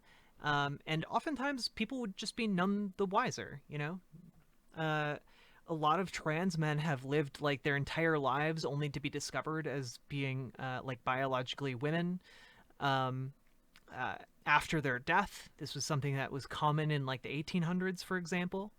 In the I know in the court of like King Louis the 16th, there was a famous transgender courtier who essentially was granted a transition by the king. And she was basically just a badass. um,